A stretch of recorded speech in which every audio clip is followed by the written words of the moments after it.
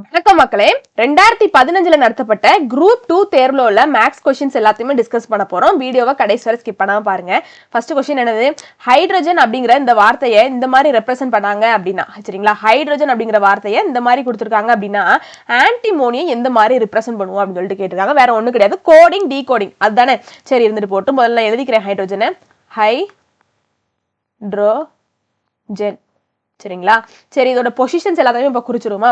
H அப்படிங்கிறது 8வது position இல்லையா? சரி, இருந்துட்டு போட்டோம். ஒய் அப்படிங்கிறது எத்தனாவது பொசிஷன்? 25வது பொசிஷன். சரி, டி அப்படிங்கிறது 4, ஆர் அப்படிங்கிறது 18வது பொசிஷன், ஓ அப்படிங்கிறது 15வது பொசிஷன். நோ, சரிங்களா? சரி, ஜி அப்படிங்கிறது 7வது பொசிஷன், இ அப்படிங்கிறது 5வது பொசிஷன், E5, அப்புறம் என் அப்படிங்கிறது 9th பொசிஷன். சரிங்களா? சரி, இப்போ இதுக்கு ஹைட்ரஜனுக்கு ஹைட்ரஜனை குறிக்கக்கூடிய வார்த்தை என்னது? ஜே சி ஜே எழுதுகிறேன். J C J Z Y, கொஞ்சம் கீழே தள்ளி எழுதுனா நல்லா இருந்திருக்கும்னு நினைக்கிறேன். கீழே தள்ளி எழுதிக்கிறேங்க. J C J Z Y S S T, சரிங்களா? இந்த மாதிரி இருக்கு. அப்போ இது எப்படி வந்திருக்கு அப்படிங்கிறத பார்க்கணும், சரிங்களா? இது எப்படி தொடர்ந்து இருக்கு அப்படிங்கிறத பார்த்தாதான் ஆன்டிமோனியை நம்மளால எழுத முடியும். சரி, இங்க பாருங்களேன். இந்த ஜே இது எல்லாத்துக்கும் வேணா பொசிஷன்ஸ் எழுதிரும், சரிங்களா? ஜே அப்படிங்கிறது ஜியோ 10வது பொசிஷன், சி அப்படிங்கிறது 3வது பொசிஷன், ஒய் அப்படிங்கிறது 25வது பொசிஷன், இசட் அப்படிங்கிறது 26, ஒய் 25, எஸ் அப்படிங்கிறது என்னது? திரும்ப ஸ்மார்ட் 19, இதுவும் 19th பொசிஷன் தான். டி அப்படிங்கிறது 4வது பொசிஷன், சரிங்களா? சரி, இப்போ இந்த 8ல இருந்து எத்தனைய கூட்டினாலோ கழிச்சாலோ பெருக்கினாலோ டிவைட் பண்ணாலும் நம்மளுக்கு 10 வரணும், சரிங்களா? அப்போ என்ன பண்ணாங்க? நம்மளுக்கு 10 வரும். என்ன வேணா பண்ணிக்கலாம், சரிங்களா? நம்மளுக்கு 8ல இருந்து 2 கூட்டணும் அப்படின்னா நம்மளுக்கு 10 கிடைச்சிருமா? அதாவது 10வது பொசிஷன்ல இருக்கக்கூடிய ஜே கிடைச்சிருமா? 8 கூட 2 10, 10வது பொசிஷன்ல இருக்கிறது ஜே, சரிங்களா? கலர் சேஞ்ச் பண்ணிக்கிறது நல்லா இருக்கும். இப்ப பாருங்களேன், ஒய் கூட நான் எத்தனையோ கூட்டினா எனக்கு 3 வரணும். ஒய் கூட எத்தனையோ கூட்டினா 3 வரும் அப்படின்னு சொல்லிட்டு நீங்க பாத்தீங்கன்னா இங்க பாருங்களேன். ஃபார் எக்ஸாம்பிளுக்கு இங்க 25 கூட நீங்க என்ன பண்ணுங்க? முதல்ல 2 கூட்டி பாருங்க, சரிங்களா? 25 கூட 2 கூட்டுங்க, என்ன கிடைக்கும்? 27ன்னு கிடைக்கும். நம்மளுக்கு மொத்தம் எத்தனை தாங்க இருக்கு? ஆல்பபெட்டே மொத்தம் 26 தான் இருக்கு, சரிங்களா? அப்போ இப்படி 26 தாண்டி போச்சுன்னு வைங்களேன், 26 தாண்டி போச்சுன்னு வைங்களேன், நம்ம என்ன பண்ணணும் அப்படின்னா தாண்டி போற நம்பரை 26 கூட கழிக்கணும், சரிங்களா? கழிச்சா நம்மளுக்கு என்ன கிடைக்கும்? 27ல இருந்து 26 கழிச்சா என்ன கிடைக்கும்? 1. அப்போ அது 1வது பொசிஷனை குறிக்கக்கூடியதா அர்த்தம், சரிங்களா? ஓகேவா? இப்போ இதே மாதிரி நம்ம பார்த்தோம் அப்படின்னா நம்ம என்ன பண்ணணும்? 25 கூட நம்ம 4 கூட்டணும், சரிங்களா? 25 கூட நம்ம 4 கூட்டினா நம்மளுக்கு எத்தனை கிடைக்கும்? 29ன்னு கிடைக்கும், சரிங்களா? அப்போ நம்மளுக்கு என்ன செய்யுது? 26 விட தாண்டி போகுது. அப்போ 29 நம்ம என்ன பண்ணணும்? 26 கூட கழிக்கணும், 3ன்னு கிடைக்கும். 3வது பொசிஷன்ல இருக்கக்கூடிய சி வந்துருச்சா? பாத்தீங்களா எப்படி இருக்குன்னு பாத்தீங்களா? அப்போ 2 4 இந்த மாதிரி கூட இருக்கு. அப்போ 2ஓட மடங்குகளா கூடுதா அப்படிங்கறத பார்க்கணும், சரிங்களா? சரி, இப்போ நான் என்ன பண்ணணும்? இந்த 4 கூட எத்தனை 6 கூட்டி பாக்குறேன், சரிங்களா? 4 கூட நான் 6 கூட்டினா எனக்கு என்ன கிடைக்கும்? இது ஜே தான், இது ஜே, சாரிங்க தப்பா எழுதியிருக்கேன். ஜே எத்தனாவது பொசிஷன்? ஜே அப்படிங்கிறது 10th பொசிஷன், சரிங்களா? இப்போ இந்த 4 கூட நான் 6 கூட்டேன் அப்படின்னா எனக்கு 10 கிடைக்குமா? சரி, இந்த 18 கூட நான் எத்தனை கூட்டினாங்க? 26 கிடைக்கும். 18 கூட நான் 8 கூட்டினா 26 கிடைக்கும். சரி, கிடைச்சிருச்சு. 15 கூட 10 கூட்டினா எனக்கு 25 கிடைச்சிருமா? சரி, 7 கூட 12 கூட்டினா எனக்கு 19ன்னு கிடைச்சிருமா? சரி, 15 கூட திரும்ப நான் 14 கூட்டினேன் அப்படின்னா 19 கிடைச்சிருமா? சரி, 9 கூட எத்தனையோ கூட்டணும், சரிங்களா? என் அப்படிங்கிறது ஐயோ தப்பா எழுதிட்டேன், சாரி. என் அப்படிங்கிறது 14th பொசிஷன். நோ, 9 அப்படிங்கிறது ஐ அப்படிங்கிறது தான் 9th பொசிஷன், சரிங்களா? சாரி, ரொம்ப ரொம்ப சாரி. இப்போ n அப்படிங்கிறது 14th பொசிஷன் இல்லையா? 14 கூட நம்ம இதுக்கப்புறம் என்னங்க கூட்டணும்? 14 கூட நான் 14 கூட்டணும், சாரிங்க 16 கூட்டணும். ஏன்னா 14க்கு அடுத்து 16 தானே, ஏன்னா 2ஓட மடங்குகளா தானே போயிட்டு இருக்கு. அப்ப கூட்டினேன் அப்படின்னா எனக்கு 10 + 10 20, அப்புறம் 6 + 4 30 அப்படின்னு சொல்லிட்டு கிடைக்கும், சரிங்களா? அப்போ என்ன செய்யுது? 26 விட தாண்டி போகுது. அப்போ 30 நான் என்ன பண்ணணும்? 26ல கழிக்கணும். கழிச்சா எனக்கு என்ன கிடைக்கும்? திரும்ப எனக்கு 4ன்னு கிடைக்கும். 4வது பொசிஷன்ல இருக்கிறது டி, சரிங்களா? கிடைச்சிருச்சா? அப்போ 2ஓட மடங்குகளா கூடுது அப்படிங்கிறது இதுல இருந்து நம்மளுக்கு தெரிஞ்சிருச்சு, சரிங்களா? இப்போ நம்ம ஆன்டிமோனிக்கு கண்டுபிடிச்சிடலாம். இப்போ ஆன்டிமோனி எழுதிக்கிறேன். ஆன்டி, சரி, ஏ அப்படிங்கிறது 1வது பொசிஷன், என் அப்படிங்கிறது 14வது பொசிஷன், டி 20 20வது பொசிஷன், ஐ அப்படிங்கிறது என்னது? 9வது பொசிஷன், சரிங்களா? ஐ அப்படிதான் 9வது பொசிஷன், எம் அப்படிங்கிறது 13, ஓ அப்படிங்கிறது 15, என் என்னது? திரும்ப என் அப்படிங்கிறது n அப்படிங்கிறது 14வது பொசிஷன், y அப்படிங்கிறது xy z அப்ப 25வது பொசிஷன். சரிங்களா? இப்போ நான் என்ன பண்ணணும், 2 2 கூட்டிக்கிட்டே போகணும். இங்க 2, இங்க 4, 6, 8, 10, 12, 14, 16. சரிங்களா? இந்த மாதிரி கூட்டிக்கிட்டே போகணும். 1 கூட 2 கூட்டினா 3, 14 கூட 4 கூட்டினா கிடைக்கும் 18ன்னு கிடைக்கும். இங்க 20 கூட 6 கூட்டினா 26ன்னு கிடைக்கும். 9 கூட 8 கூட்டணும் அப்படின்னா 17ன்னு கிடைக்கும். 13 கூட 10 கூட்டினா 23ன்னு கிடைக்கும். இங்க 15 கூட 12 கூட்டணும் அப்படின்னா 27ன்னு கிடைக்கும். 14 கூட 14 திரும்பியும் கூட்டணும் 28ன்னு கிடைக்கும். 25 கூட 16 கூட்டணும் அப்படின்னா 41ன்னு கிடைக்கும். சரிங்களா? சரி, ஒன்றும் பிரச்சனை இல்லை, நம்ம பார்த்து எழுதிக்கலாம். சரி, இருந்துட்டு போட்டோம். இங்க 3வது பொசிஷன் நம்மளுக்கு என்னங்க இருக்கும், சி இருக்கும். சரி, 18வது பொசிஷன். சரிங்களா? 18வது பொசிஷன்ல என்னது இருக்கும், நம்மளுக்கு 18வது பொசிஷன்ல என்னது இருக்கும், 6 இருக்கும். 26வது பொசிஷன்ல Z இருக்கும். 17வது பொசிஷன்ல என்னது இருக்கும், 17ல Q இருக்கும். 23வது பொசிஷன்ல W இருக்கும். 27, அப்போ 26 விட தாண்டி போயிருச்சு. அப்போ 27 என்ன பண்ணணும், 26ல கழிக்கணும், கழிச்சா 1 கிடைக்கும். 1வது பொசிஷன்ல என்னது இருக்கு, A இருக்கு. சரிங்களா? அப்போ இங்க என்ன பண்ணணும், 28ல இருந்து 26 கழிக்கணும், கழிச்சா என்ன கிடைக்கும், 2 கிடைக்கும். சரிங்களா? 2வது பொசிஷன்ல இருக்குது B. சரி, இப்போ என்ன பண்ணணும், 41 26 விட தாண்டி போயிருச்சு. அப்ப என்ன பண்ணணும், 41 26ல இருந்து கழிக்கணும், கழிச்சா என்ன கிடைக்கும், நம்மளுக்கு 15ன்னு கிடைக்கும். சரிங்களா? 15வது பொசிஷன்ல இருக்குது என்னது, நம்மளுக்கு 15வது பொசிஷன்ல O இருக்கும். சரிங்களா? அப்போ இதுதான் ஆன்சர். CRZQWABO. அப்போ ஆப்ஷன் பி தான் சரி. சரிங்களா?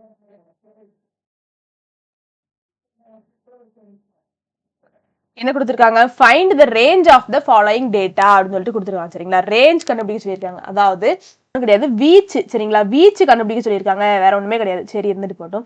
அப்போ இதை கண்டுபிடிக்கிறதுக்கு நம்ம என்னங்க பண்ணணும், ரேஞ்சுக்கான முதல்ல வீச்சுக்கான ஃபார்முலா என்னது, மேக்சிமம் வேல்யூல இருந்து. சரிங்களா? அவங்க கொடுத்துருக்கிறதுலே மேக்சிமம் வேல்யூல இருந்து நம்ம என்ன பண்ணணும், மினிமம் வேல்யூவை கழிக்கணும். சரிங்களா? முதல்ல இதுதான் பண்ணணும், மேக்சிமம் வேல்யூல இருந்து இதுதான் பண்ணணும். சரிங்களா? மினிமம் வேல்யூ கழிச்சோம்னா நம்மளுக்கு என்ன கிடைச்சிரும், ரேஞ்ச் கிடைச்சிருமா? சரி, நம்ம நார்மலா என்ன பண்ணுவோம் அப்படின்னா, முதல்ல பெருசுல இருந்து சின்னது, இல்ல சின்னதுல இருந்து பெருசை எழுதி வச்சுக்குவோம், அதுக்கு எடுத்து பண்ணும் இல்லையா? எப்படி வேணா பண்ணிக்கோங்க. இங்க 92ல இருந்து 92 தான் பெருசு. சரிங்களா? அதுக்கு சின்னது, அதாவது அதுக்கு பெருசு கிடையாது. சரிங்களா? சரி, அப்ப 92, அதுக்கு அடுத்து 86, அதுக்கு அடுத்து 78, இப்படி போயிட்டே இருக்கும். சரிங்களா? கடைசி இருக்கக்கூடிய சின்ன வேல்யூ என்னது அப்படின்னு சொல்லிட்டு கேட்டீங்கன்னா 17. சரிங்களா? உங்களுக்கு வேணா எழுதி பார்த்துக்கோங்க. சரிங்களா? எழுதி வச்சுக்கோங்க. அப்போ வந்து நம்மளுக்கு கொஞ்சம் குழப்பாம இருக்கும், அந்த மாதிரி சொல்லுவாங்க. சரி, இதுக்கு அந்த அளவுக்குலாம் தேவையில்லைங்க. சரிங்களா? பெரிய வேல்யூ இருக்கிறதுல இங்க பெருசு நம்மளுக்கு என்னதுன்னா மேக்ஸிமம் வேல்யூ 92. சரிங்களா? Minimum value 17. இப்போ 92ல இருந்து 17 கழிச்சோம் அப்படின்னா கடைசியா நம்மளுக்கு 75ன்னு கிடைக்கும். இதுதான் ஆன்சர், ஆப்ஷன் பி. சரிங்களா? சரி, அடுத்த கொஸ்டின் போயிடலாம். என்ன கொடுத்துட்டாங்க, ரொம்ப ஈஸியான கணக்கு. A என்பவர் B இன் சகோதரி, C என்பவர் B இன் தாய், D என்பவர் C இன் தகப்பன் மற்றும் E என்பவர் D இன் தாய் என்றால் A என்பவர் D இன் என்னவாக இருக்கும்னு சொல்லிட்டு கேட்டிருக்காங்க. அதாவது வேற ஒண்ணுமே இல்லைங்க. இங்க பாருங்களேன், ஏபின்னு 2 பேர் முதல்ல இருக்காங்க. இந்த மாதிரி கணக்குகள் நம்ம நிறைய நடத்தியாச்சு. சரிங்களா? ஏபின்னு முதல்ல 2 பேர் இருக்கிறாங்க. சரிங்களா? அப்போ முதல்ல அவங்க என்ன சொல்லிட்டாங்க அப்படின்னா, நான் என்ன சொல்லியிருக்கேன், தலைமுறையாகத்தான் எழுதணுங்கிற மாதிரி நான் சொல்லி கொடுத்துருக்கேன் ஏற்கனவே. சரிங்களா? ஏ அப்படிங்கிறவங்க என்னவாக இருக்கிறாங்களா, பிக்கு சகோதரியா இருக்கிறாங்களாம். ஏ அப்படிங்கிறவங்க ஒரு பொண்ணு, பி அப்படிங்கிறவங்க யாரெல்லாம் தெரியல. சரிங்களா? ஆனா ஏ அப்படிங்கிறவங்க பிக்கு சகோதரி. சரிங்களா? இப்போ சகோதரி, சரிங்களா, ஒரு பொண்ணு அப்படிங்கறத குறிக்கிறதுக்காண்டி லைட்டா ஒரு சிம்பிள் மாதிரி இங்கிட்டு போட்டுக்கிறேன். சரிங்களா? ஆண் அப்படிங்கறத குறிக்கிறதுக்காண்டி இந்த கிராஸ் சிம்பிள, சாரிங்க, இந்த ஆண் யாருன்னே தெரியாது. சரிங்களா? ஆண் அப்படிங்கிற யாராச்சும் ஒருத்தவங்க வந்தாங்கன்னா, சரிங்களா, ஒரு பாய் வந்தாங்கன்னா அவங்களை குறிக்கிறதுக்கு நான் அந்த கிராஸ் சிம்பிள் போட்டுப்பேன். சரிங்களா? முதல்ல சொல்லிட்டேன். சி என்பவர் பி இன் தாய். சரிங்களா? சி அப்படின்னு ஒருத்தவங்க இருக்கிறாங்களா, அவங்க என்னவாக இருக்கிறாங்களா, பிக்கே அம்மா. சரிங்களா? பியோட, அப்போ சி அப்படிங்கிறவங்க அம்மா தானே, அப்போ நான் பொண்ணு தானே, பக்கத்துல புள்ளி வச்சுக்கிறேன். சரிங்களா? டி என்பவர் சியின் தகப்பனார். டின்னு ஒருத்தவங்க இருக்கிறாங்களா, அவங்க யாரா இருக்கிறாங்களா, சிக்கே அப்பாவா இருப்பாங்களா. சரிங்களா? அப்போ சிக்கு மேல உள்ளவங்க தானே. சரிங்களா? அப்ப மேல போட்டுக்கிட்டு இ என்பவர் டி இன் தாய். சரிங்களா? ஈன்னு இன்னொருத்தவங்க இருக்காங்க, அவங்க யாரா இருக்காங்களா, டிக்கே தாயா இருக்காங்க. சரிங்களா? அப்ப அவங்களும் பொண்ணுதான், டியோட தாய். சரிங்களா? அப்போ கரெக்டா ஃபர்ஸ்ட் தலைமுறையெல்லாம் எழுதி முடிச்சாச்சு. சரிங்களா? இ அப்படிங்கிறது தான் ஃபர்ஸ்ட் ஜெனரேஷன், டி அப்படிங்கிறது செகண்ட் ஜெனரேஷன், இந்த சி அப்படிங்கிறது தேர்ட் ஜெனரேஷன், இந்த ஏபி அப்படிங்கிறவங்க தான் ஃபோர்த் ஜெனரேஷன். சரிங்களா? ஜெனரேஷன் வைஸ் எழுதியிருக்கேன். அப்போ என்ன கேட்டாங்க அப்படின்னா, ஏக்கும் டிக்கும் என்ன உறவு அப்படின்னு சொல்லிட்டு கேட்டிருக்காங்க. இந்த ஏ இருக்காங்கல்ல, இந்த ஏக்கும் டிக்கும் என்ன உறவு அப்படின்னு சொல்லிட்டு கேட்டிருக்காங்க. சரிங்களா? ஈ வரைக்கும் ஆனால் கொடுத்துருக்காங்க. சரி, இருந்துட்டு போட்டோம், ஒன்றும் பிரச்சனை இல்லை. இங்க பாருங்களேன், டி அப்படிங்கிறவங்க யாரு, சியோட தகப்பனார். இல்லையா? சரி, டி அப்படிங்கிறவங்க சியோட தகப்பனார். சி அப்படிங்கிறவங்களுக்கு இந்த பி யாரு? சி அப்படிங்கிறவங்க அம்மா. அப்போ பி அப்படிங்கிறவங்க யாரா இருப்பாங்க? பிள்ளையா இருப்பாங்க இல்லையா? அப்போ இவரு இந்த டி அப்படிங்கிறவங்க இந்த தாத்தா இந்த பிக்கு என்னவாக இங்க இருப்பாரு? அதாவது தாத்தாவா தானே இருப்பாரு, பிக்கு தாத்தாவா இருப்பாரு. அதாவது பி அப்படிங்கிறவங்க பேரனோ பேத்தியோ, சரிங்களா? பேரனோ பேத்தியோ பி. இது புரியுதா உங்களுக்கு? பி அப்படிங்கிறது பேரனோ பேத்தியோ அப்படிங்கிறது புரியுதா? அதாவது டியோட பிள்ளைக்கு பிறந்த பிள்ளைதான் பி, சரிங்களா? ஓகே தானே? ஆனா இங்க ஏவும் பியும் என்னவாக இருக்கிறாங்க? அதாவது கூட பிறந்தவங்களா இருக்காங்க, சரிங்களா? சகோதர சகோதரிகளா இருக்காங்க. அப்போ டி அப்படிங்கிறவங்களுக்கு பி அப்படிங்கிறவங்க பேரன் அப்படின்னா ஏவும் என்னவாகத்தான் இருப்பாங்க? அந்த பேரன் பேத்தி முறை தானே வருவாங்க. இங்க ஏ அப்படிங்கிறவங்க பொண்ணு, அதனால ஏ யாரு? டியோடைய பேத்தி, சரிங்களா? அப்போ டி அப்படிங்கிறவங்க அவங்க என்னதான் கேட்டிருக்காங்க? ஏ என்பவர் டியின் என்னவாக இருக்கும் அப்படின்னு சொல்லிட்டு கேட்டிருக்காங்க. கிராண்ட் டாட்டர், பேத்தியா இருப்பாங்க, சரிங்களா? புரிஞ்சிருச்சா? சரி, அடுத்த கொஸ்டின் போயிடலாம். என்ன கேட்டிருக்காங்க? ஏ இஸ் ரிச்சர் தென் பி. அதாவது ஏ ஆனவர் பியை விட வசதியானவர், சி ஆனவர் ஏயை விட வசதியானவர், டி ஆனவர் சியை விட வசதியானவர், இ ஆனவர் எல்லோரையும் விட வசதியானவர். எப்பா, எனில் அவர்களை அவர்களின் வசதி அடிப்படையில் உட்கார வைத்தால் யார் நடுவில் இருப்பார் அப்படின்னு சொல்லிட்டு கேட்டிருக்காங்க, சரிங்களா? ரொம்ப ஈஸியானது, சரிங்களா? அந்த மாதிரிலாம் கேட்டால் லட்டு மாதிரி ஆன்சர் பண்ணிடலாங்க. அதாவது ஏ அப்படிங்கிறவங்க எப்படி இருக்காங்க? பியை விட வசதியானவங்களா இருக்காங்க, சரிங்களா? அப்போ ஏ தான் எப்படி இருக்காங்க? வசதி கூட. அப்போ கிரேட்டர் தென் சிம்பிள் போட்டுக்கலாமா? சரிங்களா? கிரேட்டர் தென் சிம்பிள் போட்டுக்கலாமா? ஏ அப்படிங்கிறவங்க எப்படி இருக்காங்க? பியை விட வசதியானவங்களா இருக்காங்க, கிரேட்டரா இருக்காங்க. இதை நீங்க ஒரு நம்பர் மாதிரி பாருங்க. ஏ அப்படிங்கிற நம்பர் தான் பெரிய நம்பர், பி அப்படிங்கிற நம்பர் தான் சின்ன நம்பர், அந்த மாதிரி பாத்துக்கோங்க, சரிங்களா? சி ஆனவர் ஏஐ விட வசதியானவர் சொல்லியிருக்காங்க. சி அப்படின்னு இன்னொருத்தர் இருக்காங்களாம், அவங்க எப்படி இருக்காங்களாம்?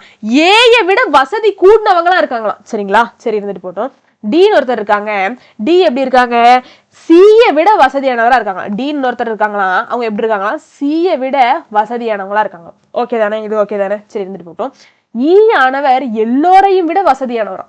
அப்போ ஈ தான் எப்படி இருப்பாரு? முதல்ல எல்லாத்த விடையும் வசதியா இருப்பாரு, சரிங்களா? இவங்க எத்தனை பேர் வந்தாலும் ஈ தான் எல்லாத்த விட கிங்கா இருப்பாரு, சரிங்களா? வசதியா இருப்பா எல்லாத்த விட, ஈ தான் வசதியா இருப்பாரு, சரிங்களா? முதல்ல ஈயை தான் இப்ப எழுதணும், சரிங்களா? சரி, இருந்துட்டு போட்டோம். ஏ எப்படி இருக்காங்க?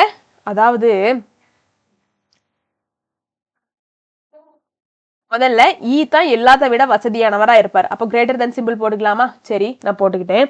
இப்ப பாருங்களேன், டி ஆனவங்க எப்படி இருக்காங்க? சியை விட வசதி கூடினவங்களா இருக்காங்க. கரெக்ட். இந்த மாதிரி தானே போகுது, இந்த மாதிரி தானே போகுது, பாத்துக்கோங்க. கரெக்டா போதா? இப்போ டி அப்படிங்கிறவங்க ஃபர்ஸ்ட் வசதி, சரிங்களா? அதுக்கப்புறம் தான் சி வசதியா இருப்பாங்க. அதுக்கப்புறம் தான் யார் இருப்பா? ஏ வசதியா இருப்பாங்க. கரெக்டா அதே மாதிரி தான் எழுதுறேன் பாருங்க.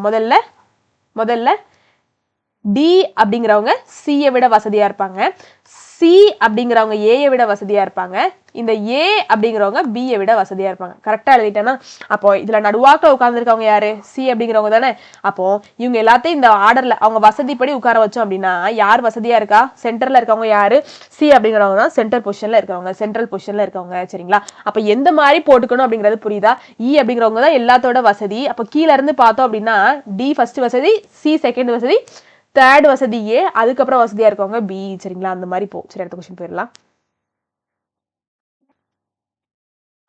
அதாவது ஒரு உள்ளீடற்ற இரும்பு குழாயின் நீளம் 35 சென்டிமீட்டர், அதன் வெளி மற்றும் உள் விட்டங்கள் முறையே 10 சென்டிமீட்டர் மற்றும் 8 சென்டிமீட்டர் எனில் இரும்பு குழாயின் எடையை காண்க.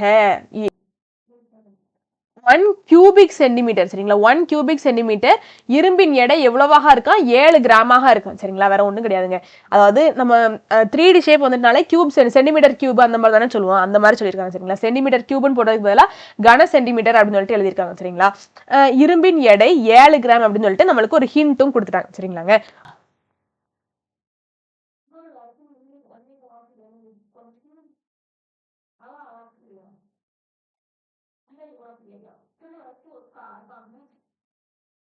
ஒரு உள்ளிடற்ற உருளை எடுத்துக்கிட்டா, சரிங்களா?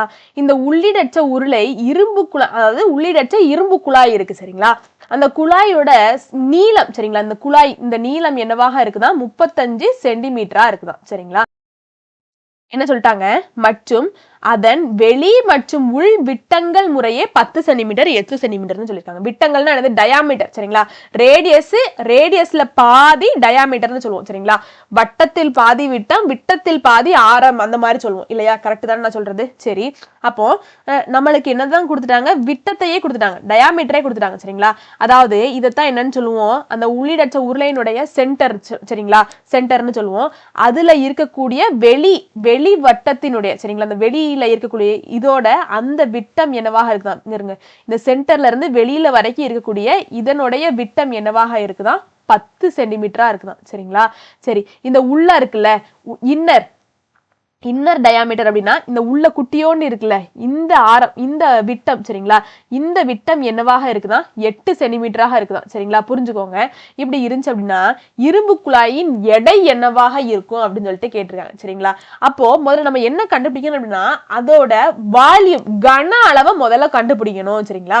கன அளவை கண்டுபிடிச்சிட்டு, ஏன் கன அளவை கண்டுபிடிக்கணும் அப்படின்னா அவங்க தான் கொடுத்துருக்காங்க 1 கன சென்டிமீட்டர் 7 கிராம்னு கொடுத்துருக்காங்க. அப்போ முதல்ல அந்த மொத்த அந்த உள்ளீடற்ற இரும்பு குழாயினுடைய கன அளவை கண்டுபிடிச்சிட்டு அதுக்கடுத்து நம்ம என்ன பண்ணுவோம்? ஃபர்தரா ப்ரொசீட் பண்ணுவோம் சரிங்களா. சரி, ஒரு உள்ளீடற்ற உருளையினுடைய கன அளவை கண்டுபிடிக்கிறதுக்கான ஃபார்முலா π × h பெரிய r² அப்படின்னா வெளிப்புறம் சரிங்களா. அதாவது வெளியே இருக்கக்கூடிய விட்டம், வெளியே இருக்கக்கூடிய விட்டத்தை, அதாவது அவுட்டர் ரேடியஸ் தான் நம்ம என்னன்னு சொல்லுவோம் அப்படின்னா வெளி ஆரம்னு சொல்லுவோம் சரிங்களா.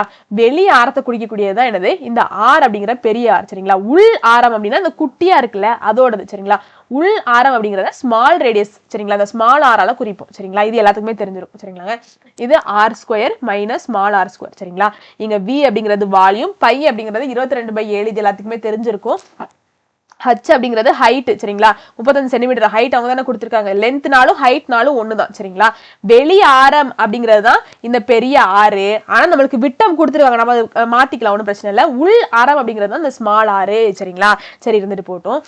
இந்த உள் ஆரம் அப்படிங்கிறது இந்த ஸ்மால் வட்டத்துக்கு வரும், வெளி ஆரம் அப்படிங்கிறது இந்த பெரிய வட்டத்துக்கு வரும் சரிங்களா. இது எல்லாத்துக்குமே புரிஞ்சிருக்கும். சரி, இருந்துட்டு போட்டோம். இப்போ நம்மளுக்கு ஃபார்முலாக்கு தேவையான எல்லாத்தையும் நம்ம கலெக்ட் பண்ணணும் சரிங்களாங்க. இங்க ஹைட்னாலும் ஹைட்னாலும் எல்னாலும் ஒண்ணுதான். இப்போ ஹைட் நம்மளுக்கு என்னதுங்க? 35 சென்டிமீட்டர் சரிங்களா. இருந்துட்டு போட்டோம்.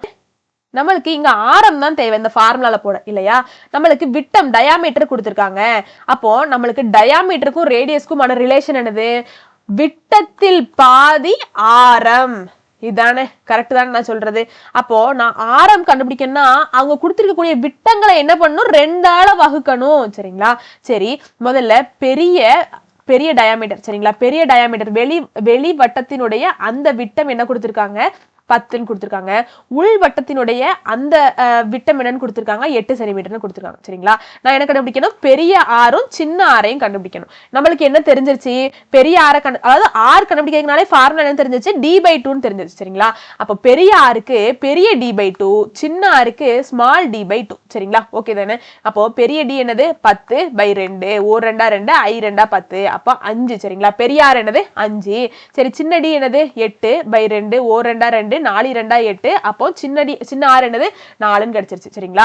பெரிய ஆறு இங்க 5, சின்ன ஆறு இங்க 4ன்னு கிடைச்சிருக்கு. இப்போ ஃபார்முலாக்கு தேவையான எல்லாமே நம்ம கிட்ட இருக்கு.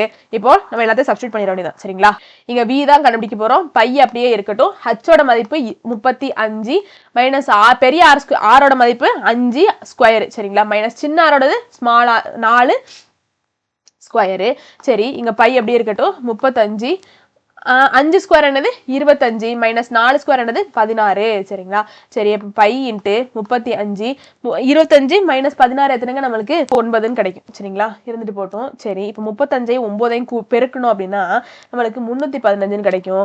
315 π சென்டிமீட்டர் கியூபு சரிங்களா. சரி, நம்ம கன அளவு கண்டுபிடிச்சாச்சு. சரி, ஒரு கன அளவு அப்படிங்கிறது சரிங்களா, ஒரு கன சென்டிமீட்டர் கியூப் அப்படிங்கிறது 7 கிராம் அப்படின்னா 315 π சென்டிமீட்டர் கியூப் எவ்வளோ அப்படிங்கிறத நம்ம கண்டுபிடிக்க போறோம் சரிங்களா. சரி, இருந்துட்டு அப்படிங்கிறது 22/7. இப்போ சப்ஸ்டிட்யூட் பண்ணுவோம் சரிங்களா. சரி, 315 × πயோட மதிப்பு 22/7. நம்மளுக்கு ஒரு சென்டிமீட்டர் கியூபுக்கே எவ்வளோ? 7 கிராம் அப்படின்னா அதாவது 315 × 22/7 சென்டிமீட்டர் கியூபுக்கு எத்தனை கிராம் அப்படிங்கறத கண்டுபிடிக்கணும். நம்ம என்ன பண்ணணும்? 7ஆல என்ன பண்ணிக்கணும்? பெருக்கிக்கணும் சரிங்களா. 7ஆல என்ன பண்ணணும்? பெருக்கணும். ஏன்னா இதுக்கு தானங்க நம்ம கண்டுபிடிக்க போறோம், இதுக்கு தானே கண்டுபிடிக்க போறோம். அப்ப என்ன பண்ணணும், 7ஆல பெருக்கி தானே ஆகணும். 1 சென்டிமீட்டர் கியூபுக்கு 7 கிராம் அப்படின்னா இதுக்கு சரிங்களா, இத்தனை சென்டிமீட்டர் கியூபுக்கு எத்தனைங்கிறது கண்டுபிடிக்கிறதுக்கு 7ஆல பெருக்கணும் சரிங்களா, வேற ஒண்ணுமே கிடையாது சரிங்களா. ஓகே தானே, இது எல்லாத்துக்குமே தெரியுங்க. சரி இது போட்டோம். இப்போ இந்த 7 கேன்சல் ஆயிடும். இப்போ 315ஐயும் நான் என்ன பண்ணணும், 22ஐயும் பெருக்கணும். இப்போ பெருக்கினா கிடைக்கும் 6930 அப்படின்னு சொல்லிட்டு கிடைக்கும் சரிங்களா. சரி நம்மளுக்கு என்னதான் இருக்கு, கிராம் மதிப்புல தான் இருக்கு சரிங்களா. 1 சென்டிமீட்டர் கியூப் அப்படிங்கிறது 7 கிராம், 315 பை சென்டிமீட்டர் கியூப் அப்படிங்கிறது எத்தனை கிராம், கிராம்ல கனெக்ட் பண்ணதுக்கு அடுத்து 6930 கிராம் சரிங்களா. அவங்க கொஸ்டின்ல கொடுத்திருக்கிறது ஆப்ஷன்ல பாருங்க கிலோகிராம்ல கேட்டிருக்காங்க சரிங்களா. அப்போ கிலோ கிராம் என்ன பண்ணணும், கிலோகிராமா மாத்தணும் சரிங்களா. கிராம் என்ன பண்ணணும், கிலோகிராமா மாத்தணும். கிராம கிலோகிராமா மாத்தனா 1000ஆல வகுக்கணும். எதை நம்ம கிலோகிராமா மாத்த போறோமோ அது 1000ஆல வகுக்கணும். கீழே 3 ஸ்தானம் தள்ளி, அதாவது 3 சைபர் இருக்கிறதுனால மேல இருக்கக்கூடிய வேல்யூல 3 ஸ்தானம் தள்ளி புள்ளி வைக்கலாமா. இப்ப 6.930 இருக்கும் சரிங்களா. புள்ளிக்கு அப்புறம் இருக்கக்கூடிய ஜீரோக்கு மதிப்பு இல்ல. அப்போ என்ன பண்ணிக்கணும், இதை எடுத்துட்டோம் அப்படின்னா 6.93 கிலோகிராம் அப்படின்னு சொல்லிட்டு கிடைக்கும். ஆப்ஷன் ஏ தான் சரியான விடை சரிங்களா. அங்க பாத்துக்கோ, ஆப்ஷன் ஏ தான் சரியான. பாருங்க மேல கொஸ்டின் ஆன்சர் சரியா இருக்கா. சரி அடுத்த கொஸ்டின் போயிடலாம். find out the missing term in the alphabetical series சரிங்களா. சரி AZ முதல்ல இருக்கான், GT மற்றொன்று இருக்கான், MN இன்னொன்று இருக்கான், அதுக்கு அடுத்து ஏதோ ஒன்று வருமா தான் கண்டுபிடிக்க போறோம். YBன்னு ஒன்று இருக்கான் சரிங்களா. இது முதல்ல எப்படி தொடர்ந்து இருக்கு அப்படிங்கிறத பார்ப்போம்.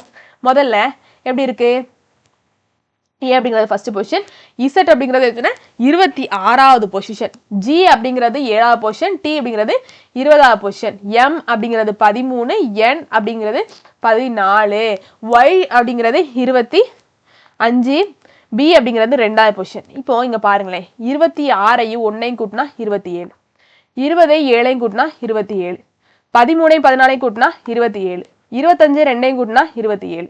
ஒரு 2 பொசிஷன்ஸை கூட்டணும் அப்படின்னா நம்மளுக்கு 27 கிடைக்கணும் சரிங்களா. அப்ப SI HI எடுத்துக்கோங்க. S அப்படிங்கிறது 19வது பொசிஷன், H அப்படிங்கிறது 8வது பொசிஷன் இல்லையா. அப்போ 19ஐயும் 8ஐயும் கூட்டணும் அப்படின்னா 27 கிடைக்கும். SH அப்படிங்கிறது ஆன்சர் ஆப்ஷன் பி சரிங்களா. அடுத்த கொஸ்டின் போயிடலாம். என்ன கொடுத்திருக்காங்க, 7 ஆட்கள் ஒரு வேலையை 52 நாட்களில் செய்து முடிக்கின்றனர். அதே வேலையை 13 ஆட்கள் எத்தனை நாட்களில் செய்து முடிப்பர் அப்படின்னு சொல்லி கேட்டிருக்காங்க சரிங்களா. வேற ஒண்ணும் கிடையாது, 7 ஆட்கள் இருக்கிறாங்களா சரிங்களா. MDH/W சரிங்களா, இதுல கூட போட்டுக்கலாம். சரி இருந்துட்டு போட்டோம். 7 ஆட்கள் ஒரு வேலையை 52 நாள்ல முடிக்கிறாங்களா சரிங்களா. அப்படி இல்லைன்னா நேர்விகிதம் எதிர்விகிதத்துல கூட போட்டுக்கலாம். அப்போ 13 ஆட்கள் ஒரு வேலையை எத்தனை நாட்கள்ல முடிப்பாங்க அப்படின்னு சொல்லிட்டு கேட்டிருக்காங்க சரிங்களா. இந்த ஃபார்முலால போட்டால் நம்மளுக்கு சேமா தான் கிடைக்கும் சரிங்களா.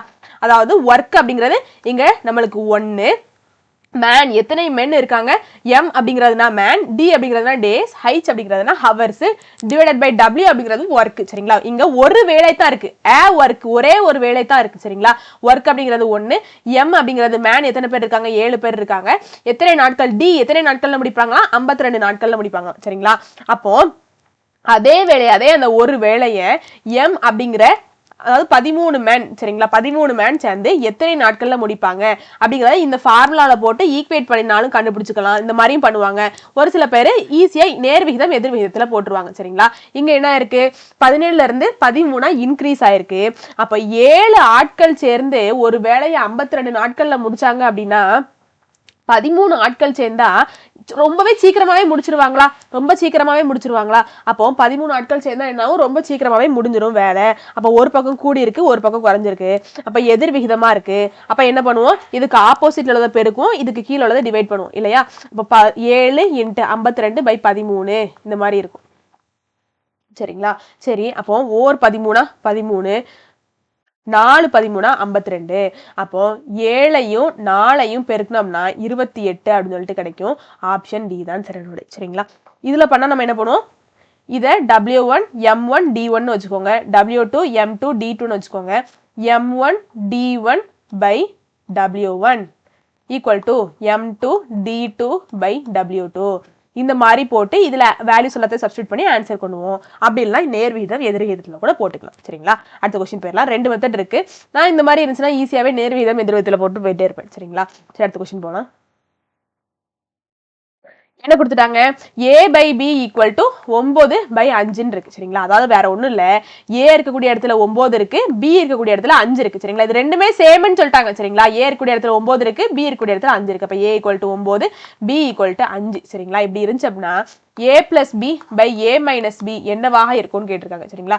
a யோட மதிப்பு 9 plus b யோட மதிப்பு 5 சரிங்களா. by a யோட மதிப்பு 9 minus b யோட மதிப்பு 5. இப்போ 9 plus 5 எத்தனை 14 divided by 9 minus 5 எத்தனை 4 சரிங்களா. ரெண்டாவது பேப்பர்ல போட்டோம் 2 4 7 2 14. அப்ப 7/2 கிடைக்கும். ஆப்ஷன் டி தான் சரி சரிங்களா. அடுத்த क्वेश्चन போயிடலாம். LCM கண்டுபிடிக்க சொல்லிருக்காங்க. அதாவது கிளியரா தெரியலன்னு நினைக்கிறேன்.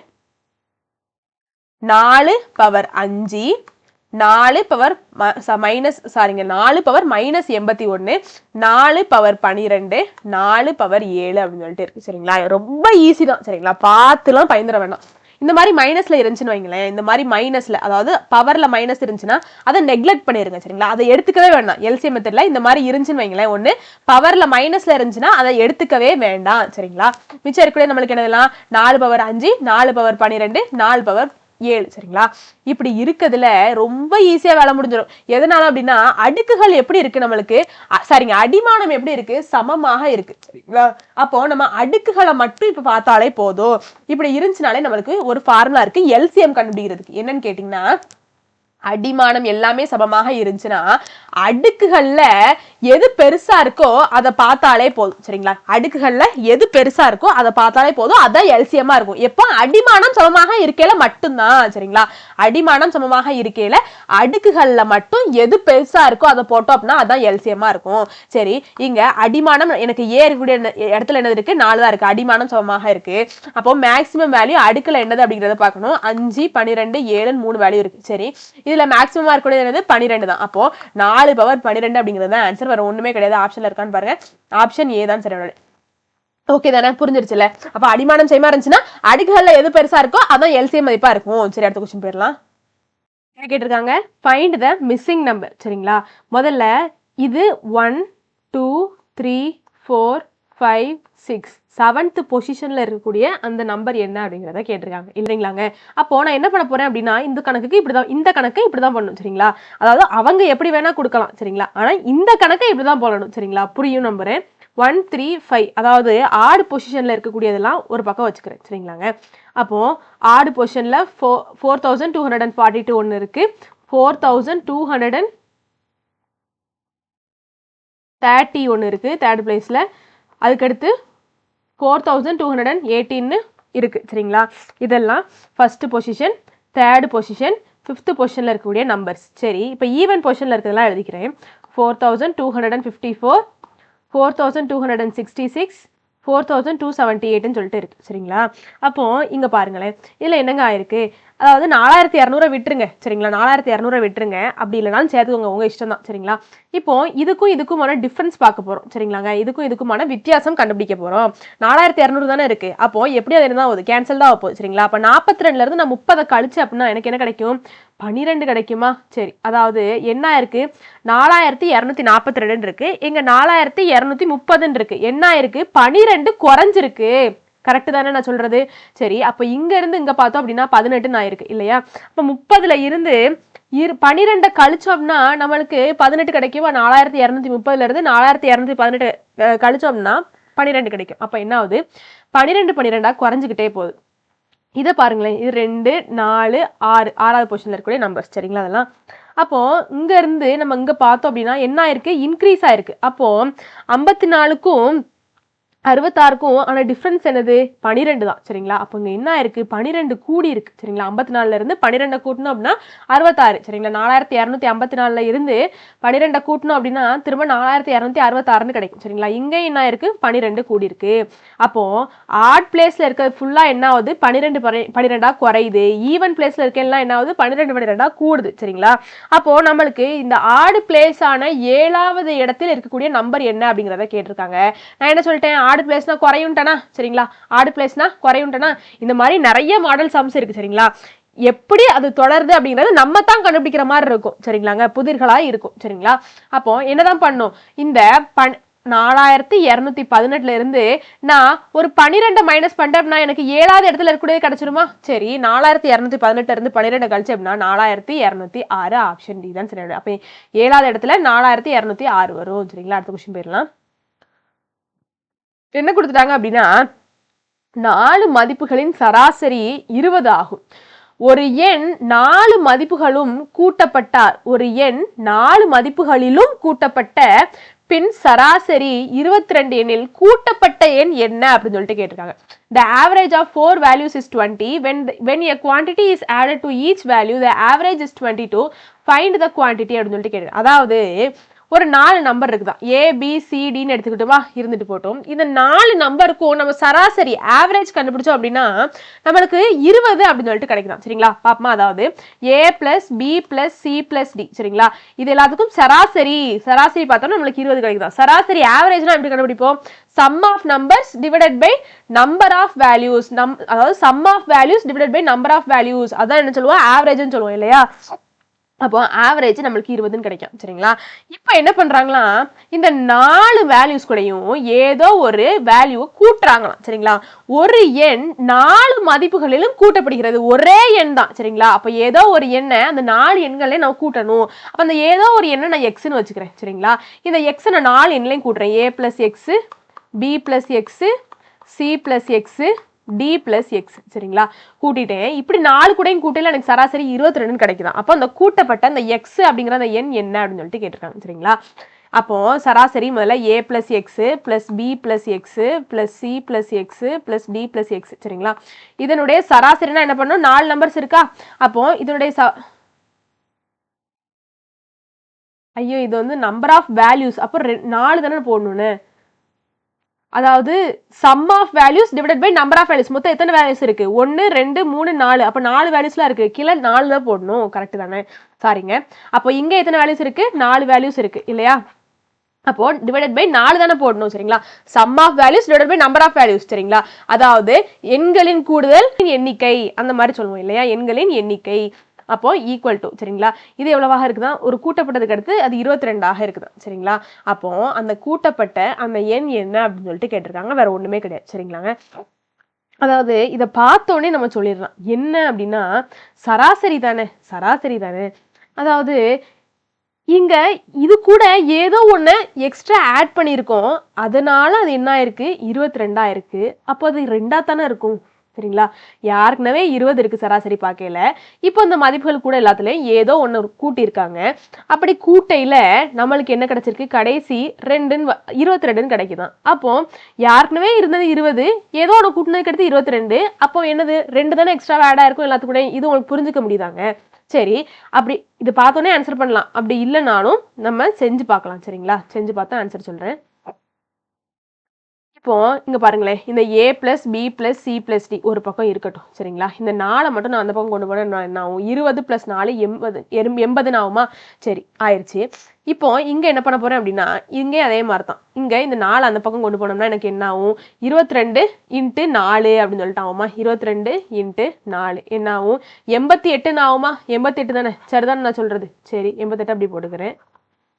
இப்போ இங்க பாருங்களேன், 1 2 3 4 4 எக்ஸ் இருக்கு. சரிங்களா, அப்ப 4 x plus a plus b plus c plus d அது மட்டும் போட்டுக்கிறேன். சரிதானே? போட்டிருக்கிறது சரிதானே?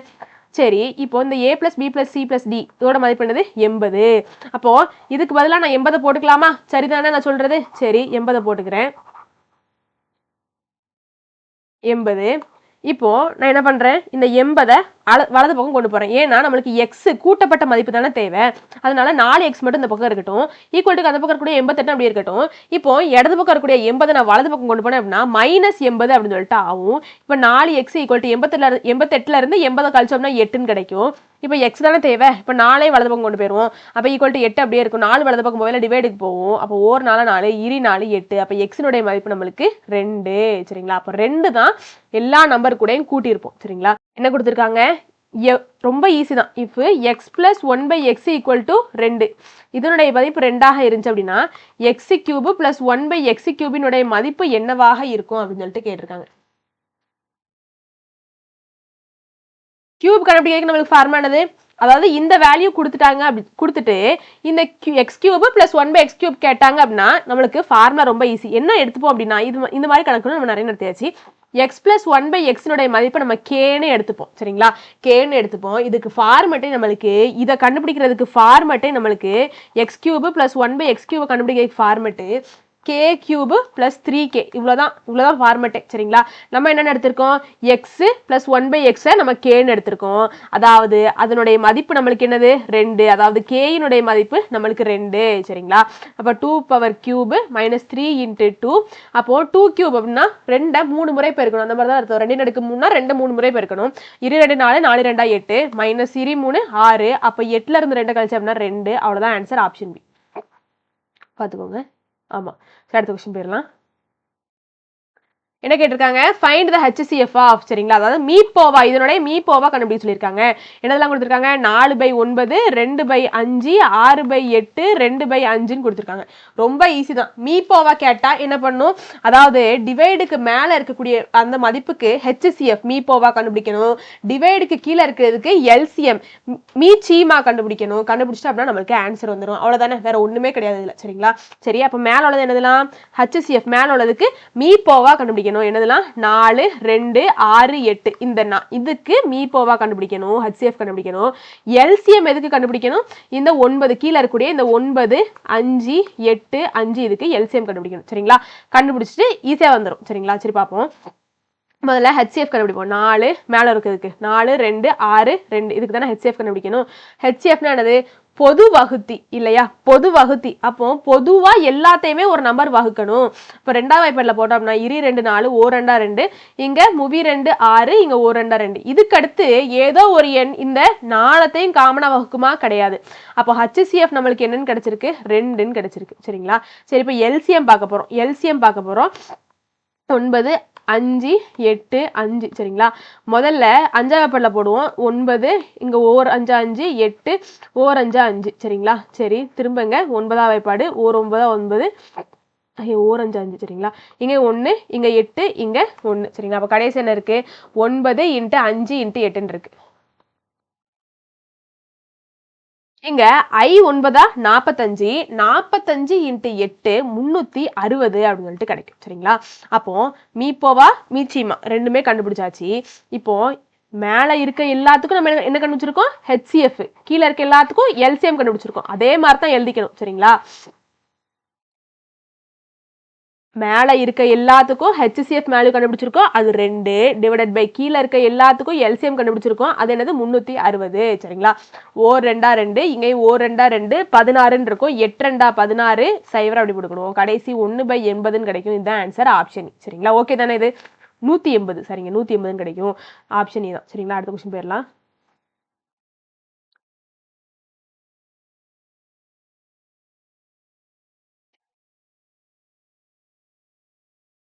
என்ன கேட்டிருக்காங்க, find the principal that yields a compound interest of ₹1632 in 2 years at 4% rate of interest per annum அப்படின்னு சொல்லிட்டு கேட்டிருக்காங்க. பிரின்சிபலா கண்டுபிடிச்சு சொல்லியிருக்காங்க, வேற ஒன்றும் கிடையாது. 4 ஆண்டு வட்டி 4% ஆண்டு வட்டி வீதப்படி 2 ஆண்டுகளில் ரூபாய் 1632 கூட்டு வட்டி தரும் என்றால் அசலை கணக்கிடவும் அப்படின்னு சொல்லிட்டு கேட்டிருக்காங்க. ரொம்ப ரொம்ப முக்கியமானது. சரிங்களா, அதாவது நம்ம கூட்டு வட்டியை பொறுத்தளவுல பிரின்சிபலை தான் கண்டுபிடிக்க சொல்லியிருக்காங்க. சரிங்களா, காம்பவுண்ட் இன்ட்ரெஸ்ட். சரிங்களா, காம்பவுண்ட் இன்ட்ரெஸ்ட் நம்மளுக்கு ரூபாய் 1632 கிடைக்குதான். சரிங்களா, காம்பவுண்ட் இன்ட்ரெஸ்ட் இவ்வளோன்னு கிடைக்குதான், CI. சரிங்களா, 632 எத்தனை வருஷத்துல n. சரிங்களா, n எத்தனை வருஷம், 2 வருஷத்துல. ரேட் ஆஃப் இன்ட்ரெஸ்ட் என்னவாக இருக்கு, 4% இருக்கு. சரிங்களா, இவ்வளவு ஹானத்தை கொடுத்துட்டு பிரின்சிபல் என்ன அப்படின்னு சொல்லிட்டு கேட்டிருக்காங்க. கூட்டு வட்டியை பொறுத்தளவுல நம்மளுக்கு அமௌண்ட்டுக்கான ஃபார்முலா என்னது, P × 1 + R/100 to the whole power n. இதான ஃபார்முலா. சரி, அப்போ நம்மளுக்கு இங்க காம்பவுண்ட் இன்ட்ரெஸ்ட்டை கொடுத்துருக்காங்க. நம்ம இதுல இருந்து அமௌண்ட்டை கண்டுபிடிக்க போறோம். ஏன்னா நம்மளுக்கு அமௌண்ட் எல்லாம் கொடுக்கலங்க இங்க. சரிங்களா, நம்மளுக்கு பிரின்சிபலை தான் கேட்டிருக்காங்க. ஏதோ 2 அண்ணா தெரியலன்னா அந்த ஃபார்முலாவை மூவே பண்ண முடியாது. சரிங்களா, ஏதோ ஒன்று தெரியலனா தான் அதுக்கடுத்து அந்த ஃபார்முலா ப்ரொசீட் பண்ண முடியும். அதனால நான் என்ன பண்ண போறேன், பிரின்சிபல் கண்டுபிடிக்க போறேன் அப்படிங்கிறதுனால அமௌண்ட்டை நானா தான் இப்போ கண்டுபிடிக்க போறேன். சரிங்களா, எப்படி கண்டுபிடிக்க போறேன், ஈஸி தான். அமௌண்ட்டுக்கான ஃபார்முலா என்னது, அதாவது கூட்டு வட்டி பிளஸ் அந்த அசல் சரிங்களா. காம்பவுண்ட் இன்ட்ரெஸ்ட் பிளஸ் பிரின்சிபல் தான் என்னது இங்க அமௌண்ட் இல்லையா. சரி, எனக்கு இங்க அமௌண்ட் தெரியும், அதாவது அமௌண்ட் தான் கண்டுபிடிக்க போறேன். காம்பவுண்ட் இன்ட்ரெஸ்ட் என்னது இங்க எனக்கு 1632 சரிங்களா. அதையும் பிரின்சிபலையும் கூட்டினாதான் எனக்கு என்ன கிடைக்கும், அமௌண்ட் கிடைக்கும் சரிங்களா. சரி, இதை கொண்டு இதுல சப்ஸ்டியூட் பண்ண போறேன், அவ்வளவுதான், வேற ஒண்ணுமே கிடையாது. சரி, அமௌண்ட் இருக்கக்கூடிய இடத்துல 1632 பிளஸ் பி சரிங்களா ஈக்குவல் டு பியோட மதிப்பை தான் கண்டுபிடிக்க போறோம் இன்ட்டு 1 பிளஸ் ஆரோட மதிப்பு என்னது 4 4/100 டு த ஹோல் பவர் என்னோட மதிப்பு என்னது 2. சால்வ் பண்ணிட்டு ஆன்சர் வந்துடும், வேற ஒண்ணுமே கிடையாது. இப்போ இங்க 1632 பிளஸ் பி அப்படியே இருக்கட்டும் equal to B into cross multiplication பண்ணோம்னா 100 பிளஸ் 4/100 கிடைக்குமா, அதாவது 104/100 டு த ஹோல் ஸ்கொயர் அப்படின்னு சொல்லிட்டு கிடைக்குமா. இப்போ இங்க I2 10 2 4 I2 10 சைரோடி போட்டுக்கலாம். 2 4 மிச்சம் 1 12 இருக்கும். 6 2 12 2 4 மிச்சம் 1 I2 10 சரிங்களா. அப்ப கடைசியா 26/25 கிடைச்சிருக்கு. டைரக்டா போட்டுட்டுமா, 26 கேன்சல் பண்ணதுக்கு அடுத்து 26/25 கிடைச்சிருக்கு சரிங்களா.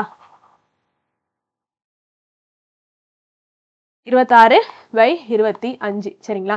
இதை நான் எத்தனை முறை போடணும், 2 முறை போடணுமா, ஏன்னா ஸ்கொயர்னா என்னது 2 முறை இருக்கிறதா அர்த்தம், பெருக்கணும் அந்த மாதிரி அர்த்தம். அப்போ 26/25 நான் 2 முறை போட்டுக்கிறேன். ஐயோ அழிச்சிட்டேன்னு நினைக்கிறேன். 26/25 இன்ட்டு 26/25 சரிங்களா.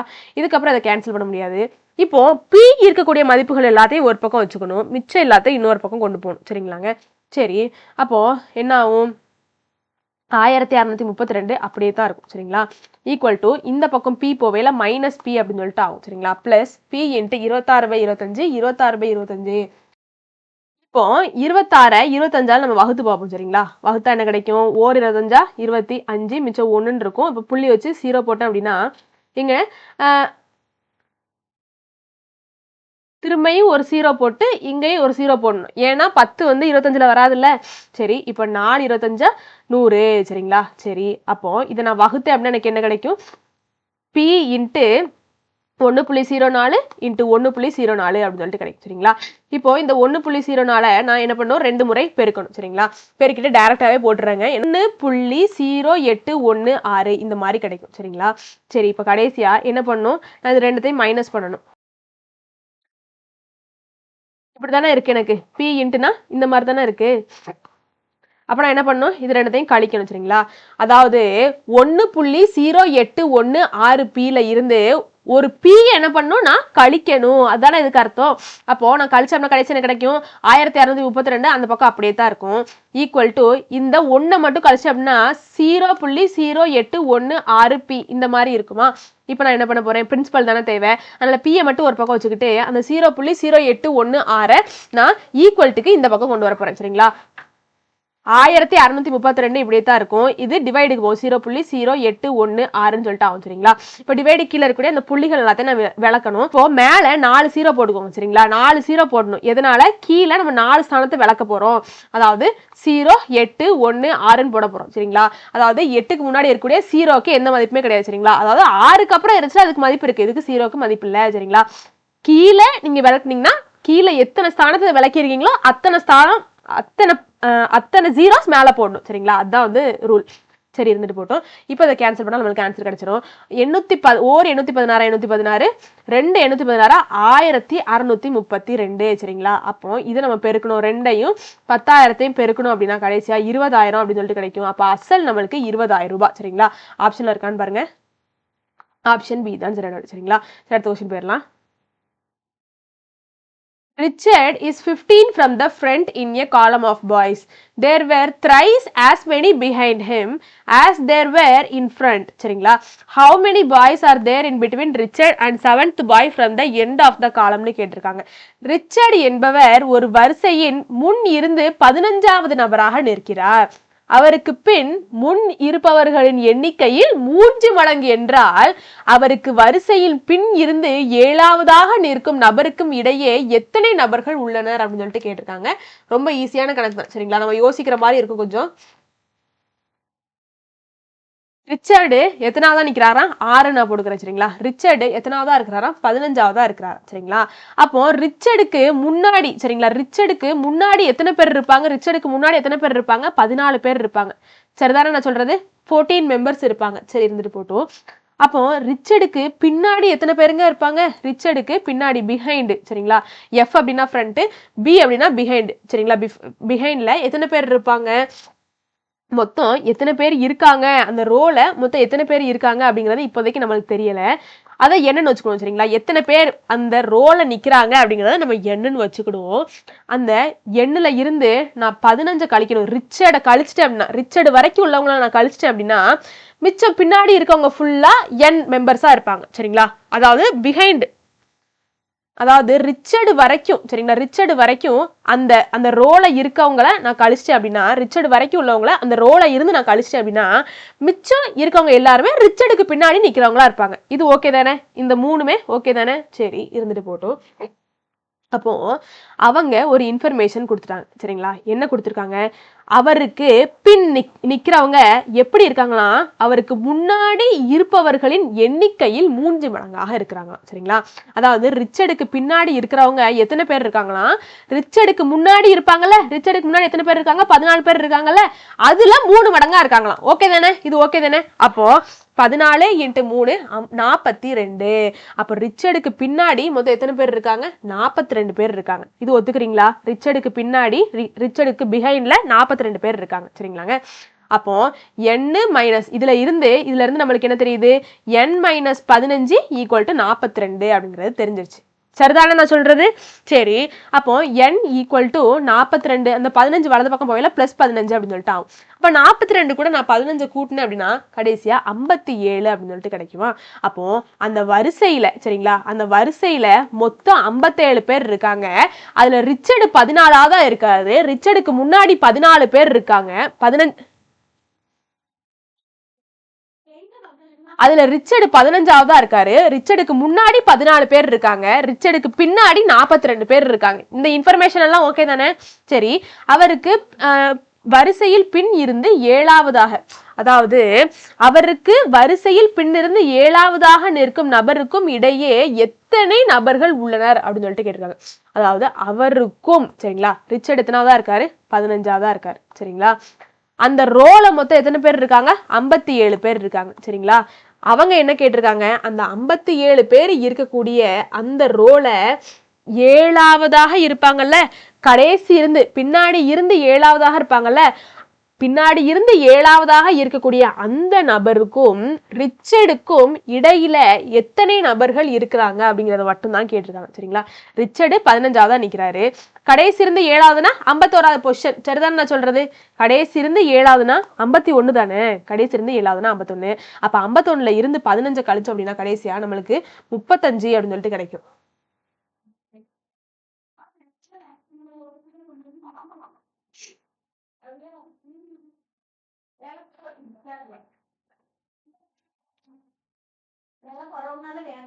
அப்போ ரிச்சர்டு 15ஆவது பொசிஷன் சரிங்களா? அப்போ 57ல இருந்து பின்னாடி சரிங்களா? அப்போ 57, 56, 55, 54, 53, 52, 51 சரிங்களா? இப்போ கடைசி இருந்து 7ஆவது பொசிஷன் எங்கங்கிறத பாருங்களேன்.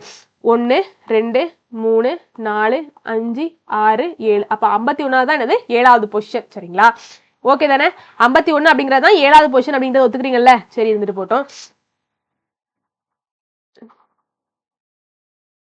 இப்போ இந்த 51க்கும் 15க்கும் இடையில எத்தனை பேர் இருக்காங்க அப்படிங்கறதான் கேட்டிருக்காங்க சரிங்களா? நம்மளுக்கு நம்பர், அந்த இன்பிட்வீன் நம்பரை கண்டுபிடிக்கிறதுக்கு ஒரு ஃபார்முலா இருக்குங்க. அப்படி இல்லைன்னா நம்ம யூகம் படியும் போட்டுக்கலாம். ஈஸி தானே இது? எப்படி கண்டுபிடிக்கணும் அப்படின்னா 51 ஹையஸ்ட் பொசிஷன் அது 51, அதுல இருந்து லோவஸ்ட் பொசிஷனை கழிச்சிட்டு அது கூட 1 கூட்டிக்கணும். அவ்வளவுதான். இதுதான் என்னது? இந்த இன்பிட்வீன் இருக்கக்கூடிய அந்த நம்பரை கண்டுபிடிக்கிறதுக்கு, இன்பிட்வீன் எத்தனை பேர் இருக்காங்க அப்படிங்கறத கண்டுபிடிக்கிறதுக்கு. ஹையஸ்டா 51 சரிங்களா? 51 தான் ஹையஸ்ட், அதுல இருந்து லோவஸ்ட் 15ஆவது பொசிஷன், அதை கழிச்சுட்டு அது கூட 1 கூட்டிக்கணும். அதான் ஆன்சரா இருக்கும் சரிங்களா? 51ல இருந்து 15 கழிச்சு அப்படின்னா 34 கிடைக்கும் சரிங்களாங்க? இப்ப 34 கூட நான் 1 எக்ஸ்ட்ராவா ஆட் பண்ணேன் அப்படின்னா எனக்கு 35 அப்படின்னு சொல்லிட்டு கிடைக்கும். இதுதான் ஆன்சர். ஆப்ஷன் சி தான் சரிங்களா? அப்படி இல்ல அப்படின்னா 15க்கும் 51க்கும் இடையில நீங்களே கண்டுபிடிச்சிடலாம், யூகிச்சிடலாம். 35 பேர் தான் இருக்காங்கன்னு சொல்லிட்டு சரிங்களா? அடுத்த கொஸ்டின் போயிடலாம். If 12 compositors can compose 60 pages of book in 5 hours, how many compositors will compose 200 pages of the book in 20 hours ன்னு கேட்டிருக்காங்க. 12 அச்சு கோப்பவர்கள் 5 மணி நேரத்தில் ஒரு புத்தகத்தின் 60 பக்கங்களை முடிப்பர். 20 மணி நேரத்தில் 200 பக்கங்களை முடிக்க எத்தனை அச்சு கோப்பவர்கள் தேவைன்னு கேட்டிருக்காங்க. அதாவது MDH/W மெத்தட்ல போடுவோம் சரிங்களா. MDH/W இந்த மெத்தட்ல தான் போட போறோம். 12 பேர் இருக்காங்க. அச்சு கோப்பவர்கள்னா அவங்க வேலை பாக்குறவங்க சரிங்களா. அப்போ மேன் இங்க எத்தனை பேர் இருக்காங்க? 12 பேர் இருக்காங்க. எத்தனை மணி நேரம்? ஹவர்ஸ். இது M1 வச்சுக்கோங்க சரிங்களா. ஹவர்ஸ் H1 என்னது இங்க 5 மணி நேரம் சரிங்களா. ஒரு புத்தகத்தை அதாவது ஒரு புத்தகத்துல உள்ள 60 பக்கங்களை முடிக்கிறாங்களா. ஒர்க் பண்றாங்க சரிங்களா. ஹவர்ஸ் கொடுக்கல, ஒர்க் எத்தனை முடிக்கிறாங்க? 60 பக்கங்களை முடிக்கிறாங்க சரிங்களா. இப்படி இருந்துச்சு அப்படின்னா எத்தனை பேர் சேர்ந்து கேட்டிருக்காங்க, அதான் கேட்டிருக்காங்க. எத்தனை பேர் சேர்ந்து 20 மணி நேரத்துல 200 பக்கங்களை முடிப்பாங்கன்னு கேட்டிருக்காங்க சரிங்களா. அப்போ M1 H1 by W1 equal to M2 H2 by W2. இதுல போட்டா நம்மளுக்கு ஆன்சர் வந்துடும். அவ்வளவுதான். M1 என்னது 12 இன்ட்டு H1 என்னது 5 டிவைடட் பை W என்னது 60 ஈக்குவல் டு M2 என்னது கண்டுபிடிக்க போறோம் இன்ட்டு H2 என்னது 20 டிவைடட் பை 200 சரிங்களா. இங்க ஒரு சைவர் இங்க ஒரு சைவர் கேன்சல் பண்ணிக்கலாம். ஓ 2 2 இங்கே ஓ 2 2 சைவர் அப்படி போட்டுக்கோங்க. சரி இருந்துட்டு போட்டோம். இங்க ஒரு சைவர் கேன்சல் பண்ணிக்கலாமா. சரி இங்க ஓர் 6 6 ஈர் 6 12 சரி. அப்போ 2 இன்ட்டு 5 10 ஈக்குவல் டு எக்ஸ். அப்ப எத்தனை பேர் தேவை? நம்மளுக்கு 10 பேர் தான் தேவை. ஆப்ஷன் பி தான் சரி சரிங்களா. அடுத்த கொஸ்டின் போயிடலாம். Length of a rectangle is decreased by 50% and the breadth is increased by 80%, then the percentage change in the area of the rectangle அப்படின்னு சொல்லிட்டு கேட்டிருக்காங்க. ஒரு செவ்வகத்தின் நீளம் 50% அளவிற்கு குறைந்தும் சரிங்களா. ஒரு செவ்வகத்தின் நீளம் 50% அளவிற்கு குறைந்தும் அகலத்தில் 80% அளவிற்கு அதிகரிக்கும் போது அதனுடைய பரப்பளவில் ஏற்படும் மாற்றத்தினை சதவீதத்தில் காண்க அப்படின்னு சொல்லிட்டு கேட்டிருக்காங்க சரிங்களா. ரொம்ப முக்கியமானது. ஒரு செவ்வகம் இருக்குது சரிங்களாங்க. அப்போ செவ்வகத்தினுடைய பரப்பளவுக்கான ஃபார்முலா என்னது? ஏரியாக்கான ஃபார்முலா L இன்ட்டு B சரிங்களா. இது எல்லாத்துக்குமே தெரிஞ்சிருக்கும். லென்த் இன்ட்டு பிரெத் தானே. சரி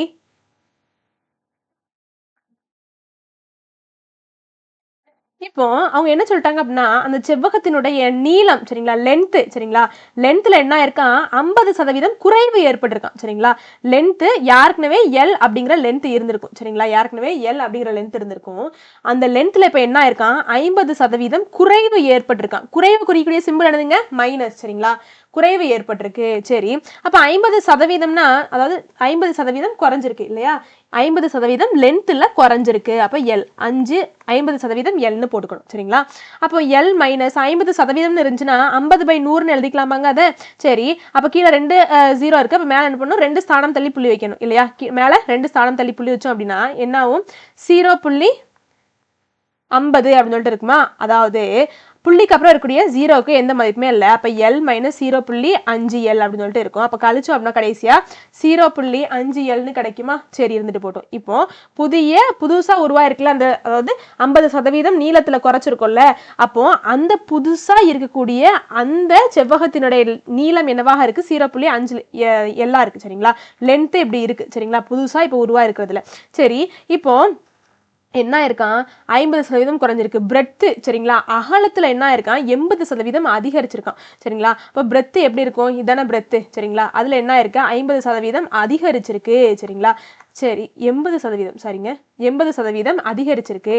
அப்போ 80% 80/100ன்னு போட்டுக்கலாமா. சரி இப்போ என்ன இருக்கும் மேலே 2 ஸ்தானம் தள்ளி புள்ளி வைக்கணுமா. சரி இப்போ B பிளஸ் B சரிங்களா. B பிளஸ் 2 ஸ்தானம் தள்ளி புள்ளி வச்சோம்னா 0.8ன்னு கிடைக்குமா. சரி அப்போ இது ரெண்டுத்தையும் கூட்டினோம்னா 1.8B அப்படின்னு சொல்லிட்டு கிடைக்கும் சரிங்களா. அப்போ புதுசா உருவாயிருக்கக்கூடிய அந்த செவ்வகத்துல பிரெத் என்னவாக இருக்கு 1.8Bயா இருக்கு சரிங்களா. சரி இருந்துட்டு போட்டோம். சரி இப்போ நம்ம என்ன கண்டுபிடிக்கணும் அந்த புதுசா உருவான அந்த செவ்வகத்தினுடைய அதாவது லென்த்தை குறைச்சி பிரெத்தை அதிகரிச்ச அந்த செவ்வகத்தினுடைய பரப்பளவுல ஏற்பட்டிருக்குள்ள ஒரு மாற்றம் முதல்ல இருந்ததுக்கு இப்போ புதுசா உருவானதுக்கும் ஒரு மாற்றம் ஏற்பட்டிருக்கும்ல அதை சதவீதத்துல கண்டுபிடிக்க சொல்றாங்க சரிங்களா. ஓகே தானே. அப்போ முதல்ல எல்லாத்துலயும் சேஞ்சஸ் சரிங்களா. அந்த மாற்றங்கள் ஏற்படுத்துறதுக்கு முன்னக்குட்டி ஒரு செவ்வகம் இருந்திருக்கும்ல அதை நான் A1 வச்சுக்கிறேன் சரிங்களா. அந்த செவ்வகத்தினுடைய பரப்பளவை A1 வச்சுக்கிறேன். அது L இன்ட்டு Bன்னு இருக்கும் சரிங்களா. மாற்றம் ஆனதுக்கு அப்புறமாக வரக்கூடிய அந்த செவ்வகத்தினுடைய பரப்பளவை A2ன்னு வச்சுக்கிறேன் சரிங்களா. அப்போ மாற்றம் ஆனதுக்கு அப்புறம் 0.5L அப்படின்னு சொல்லிட்டு ஆயிருக்கு சரிங்களா 0.5L இன்ட்டு 1.8B அப்படின்னு சொல்லிட்டு ஆயிருக்கு சரிங்களாங்க சரி இப்போ கடைசி அதை நம்ம பெருக்கணும் அப்படின்னா 0.9ன்னு கிடைக்கும் சரிங்களா இந்த LBயை அப்படி போட்டுக்கோங்க பர்சன்டேஜ்ல அந்த சதவீதத்துல அதாவது முன்னாடி இருந்த அந்த செவ்வகத்தினுடைய பரப்பளவுக்கும் இப்போ இருக்கக்கூடிய அந்த செவ்வகத்தினுடைய பரப்பளவுக்குமான அந்த சேஞ்சஸ் என்ன அந்த மாற்றம் என்ன அந்த சதவீதத்துல கண்டுபிடிக்க சொல்லியிருக்காங்க இப்போ பர்சன்டேஜ் சேஞ்சுக்கான ஃபார்முலா நம்மளுக்கு தெரியும் என்னது நியூ வேல்யூ என்னதுங்க A2 தானே புதுசா உருவாக்குறது 0.9LB இதானே A2 minus old value divided by old value into 100 old value என்னதுங்க A1 தான் முதல்ல யாருக்குமே இருந்திருக்குல்ல அதுதான் சரிங்களா A2 ஓட மதிப்பு என்னது 0.9LB சரிங்களா மைனஸ் A1 ஓடது என்னது LB தான் இல்லையா LB தான் சரி LB divided by LB into 100 சரிங்களாங்க இப்போ இங்க இருந்து நான் LBயை காமனா எடுத்தோம்னா என்ன ஆகும் LBயை மட்டும் காமனா எடுத்தோம்னா என்ன ஆகும் 0.9 மைனஸ் 1 LB அப்படின்னு சொல்லிட்டு ஆமா டிவைடட் பை LB அப்படியே தான் இருக்கும் இந்த LB கேன்சல் ஆயிரும் இன்ட்டு 100 இருக்கும் சரிங்களா அப்போ 0 அதாவது 1ல இருந்து 0.9 நான் கழிக்கணும் சரிங்களா என்ன கிடைக்கும் எனக்கு 0.1 அப்படின்னு சொல்லிட்டு கிடைக்குமா பெரிய நம்பர் பக்கத்துல என்ன சிம்பிள் இருக்கு மைனஸ் சிம்பிள் இருக்கு இந்த மைனஸ் போட்டுக்கணும் இன்ட்டு 100 சரிங்களா சரி அப்போ இது ரெண்டுத்தையும் பெருக்கணும் அப்படின்னா 0.1ஐயும் 100ஐயும் பெருக்கணும் அப்படின்னா 10ன்னு கிடைக்குமா அந்த மைனஸ் அப்படி போட்டுக்கோங்க இந்த மைனஸ் வந்திருக்கு அப்படின்லாம் பயப்பட வேண்டாம் சரிங்களா அதாவது பிளஸ் 10ன்னு வந்துச்சுன்னா அதிகரிப்பை குறிக்கும் சரிங்களா மைனஸ் 10ன்னு வந்துச்சுன்னா குறைவா குறிக்கும் சரிங்களா அப்ப 10% என்ன ஆயிருக்கு பரப்பளவுல குறைஞ்சிருக்கு அதான் அர்த்தம் சரிங்களா மைனஸ் 10ன்னு வந்துச்சுன்னா டிக்ரீஸ் பை 10% குறைவு 10% குறைவு அப்படிதான் அர்த்தம் சரிங்களா சரி அடுத்த கொஸ்டின் போயிடலாம் ரொம்ப என்ன கேட்டிருக்காங்க the difference between simple and compound interest for a sum of 5,000 lent at 12% per annum is அதாவது 5000ஐ ஆண்டுக்கு 12% வட்டி வீதத்தில் 2 ஆண்டுகளுக்கு குத்தகை விடப்பட்டால் தனிவட்டி மற்றும் கூட்டு வட்டி இவைகளுக்கு உள்ள வேறுபாடு என்னவாகும் அப்படின்னு சொல்லிட்டு கேட்டிருக்காங்க சரிங்களா அப்போ தனிவட்டிக்கும் கூட்டு வட்டிக்குமான அதாவது 2 வருஷம் தானே கொடுத்துருக்காங்க 2 வருஷத்துக்கு தனிவட்டிக்கும் கூட்டு வட்டிக்குமான இடையிலான வித்தியாசத்தை கண்டுபிடிக்கிறதுக்கு நம்மளுக்கு ஒரு ஃபார்முலா இருக்கு இல்லையா 2 வருஷத்துக்கு மட்டும் தான் இது அப்போ simple compound interest minus simple interest is equal to P into R/100 to the whole square இதான ஃபார்முலா நம்மளுக்கு இதுல கொண்டு நம்ம வேல்யூ எல்லாத்தையும் சப்ஸ்டிட்யூட் பண்ணோம்னா ஆன்சர் கிடைச்சிரும் சரிங்களா 2 வருஷத்துக்கான ஃபார்முலா தான் இது சரி அப்போ இங்க n ஈக்குவல் டு n எத்தனை 2 வருஷம் சரி இருந்துட்டு போட்டோம் ஆனா n இங்க தேவையில்லை இந்த ஃபார்முலாக்கு P பிரின்சிபல் என்னது இங்க the difference between compound and simple interest for a sum of sumனா என்னதான் பிரின்சிபல் தான் சரிங்களா 5000ஐ சரிங்களா அப்போ அசல் இங்க என்னது 5000 ரூபாய் சரிங்களா அப்போ ரேட் ஆஃப் இன்ட்ரெஸ்ட் என்னது 12% இந்த ரெண்டத்தையும் கொண்டு இதுல போட்டா நம்மளுக்கு ஆன்சர் வந்துற போகுது அவ்வளவுதான் 5000 இன்ட்டு r ஓட மதிப்பு என்னது 12/100 the whole square சரிங்களா சரி அந்த 5000ஐ அப்படி போட்டுக்கிறேன் இன்ட்டு 12/100 the whole square இருக்கு அப்புறம் என்ன மாதிரி எழுதணுமா 12/100 இன்ட்டு 12/100 அப்படின்னு சொல்லிட்டு கிடைக்குமா இங்க கீழே இருக்கக்கூடிய 2 0 மேல இந்த 2 0 கேன்சல் ஆயிரும் இங்க ஒரு 0 இங்க ஒரு 0 கேன்சல் ஆயிரும் இங்க 10 இருக்கு சரிங்களா அப்போ ஓர் 5 5 ஈரஞ்சா 10 ஓர் 2 2 ஆர் 2 12 அப்போ 12 இன்ட்டு 6 கடைசியா நம்மளுக்கு 72 அப்படின்னு சொல்லிட்டு கிடைக்கும் இதுதான் ஆன்சர் ஆப்ஷன் சி தான் சரி வேற ஒண்ணுமே கிடையாது சரிங்களா சரி அடுத்த क्वेश्चन போயிடலாம்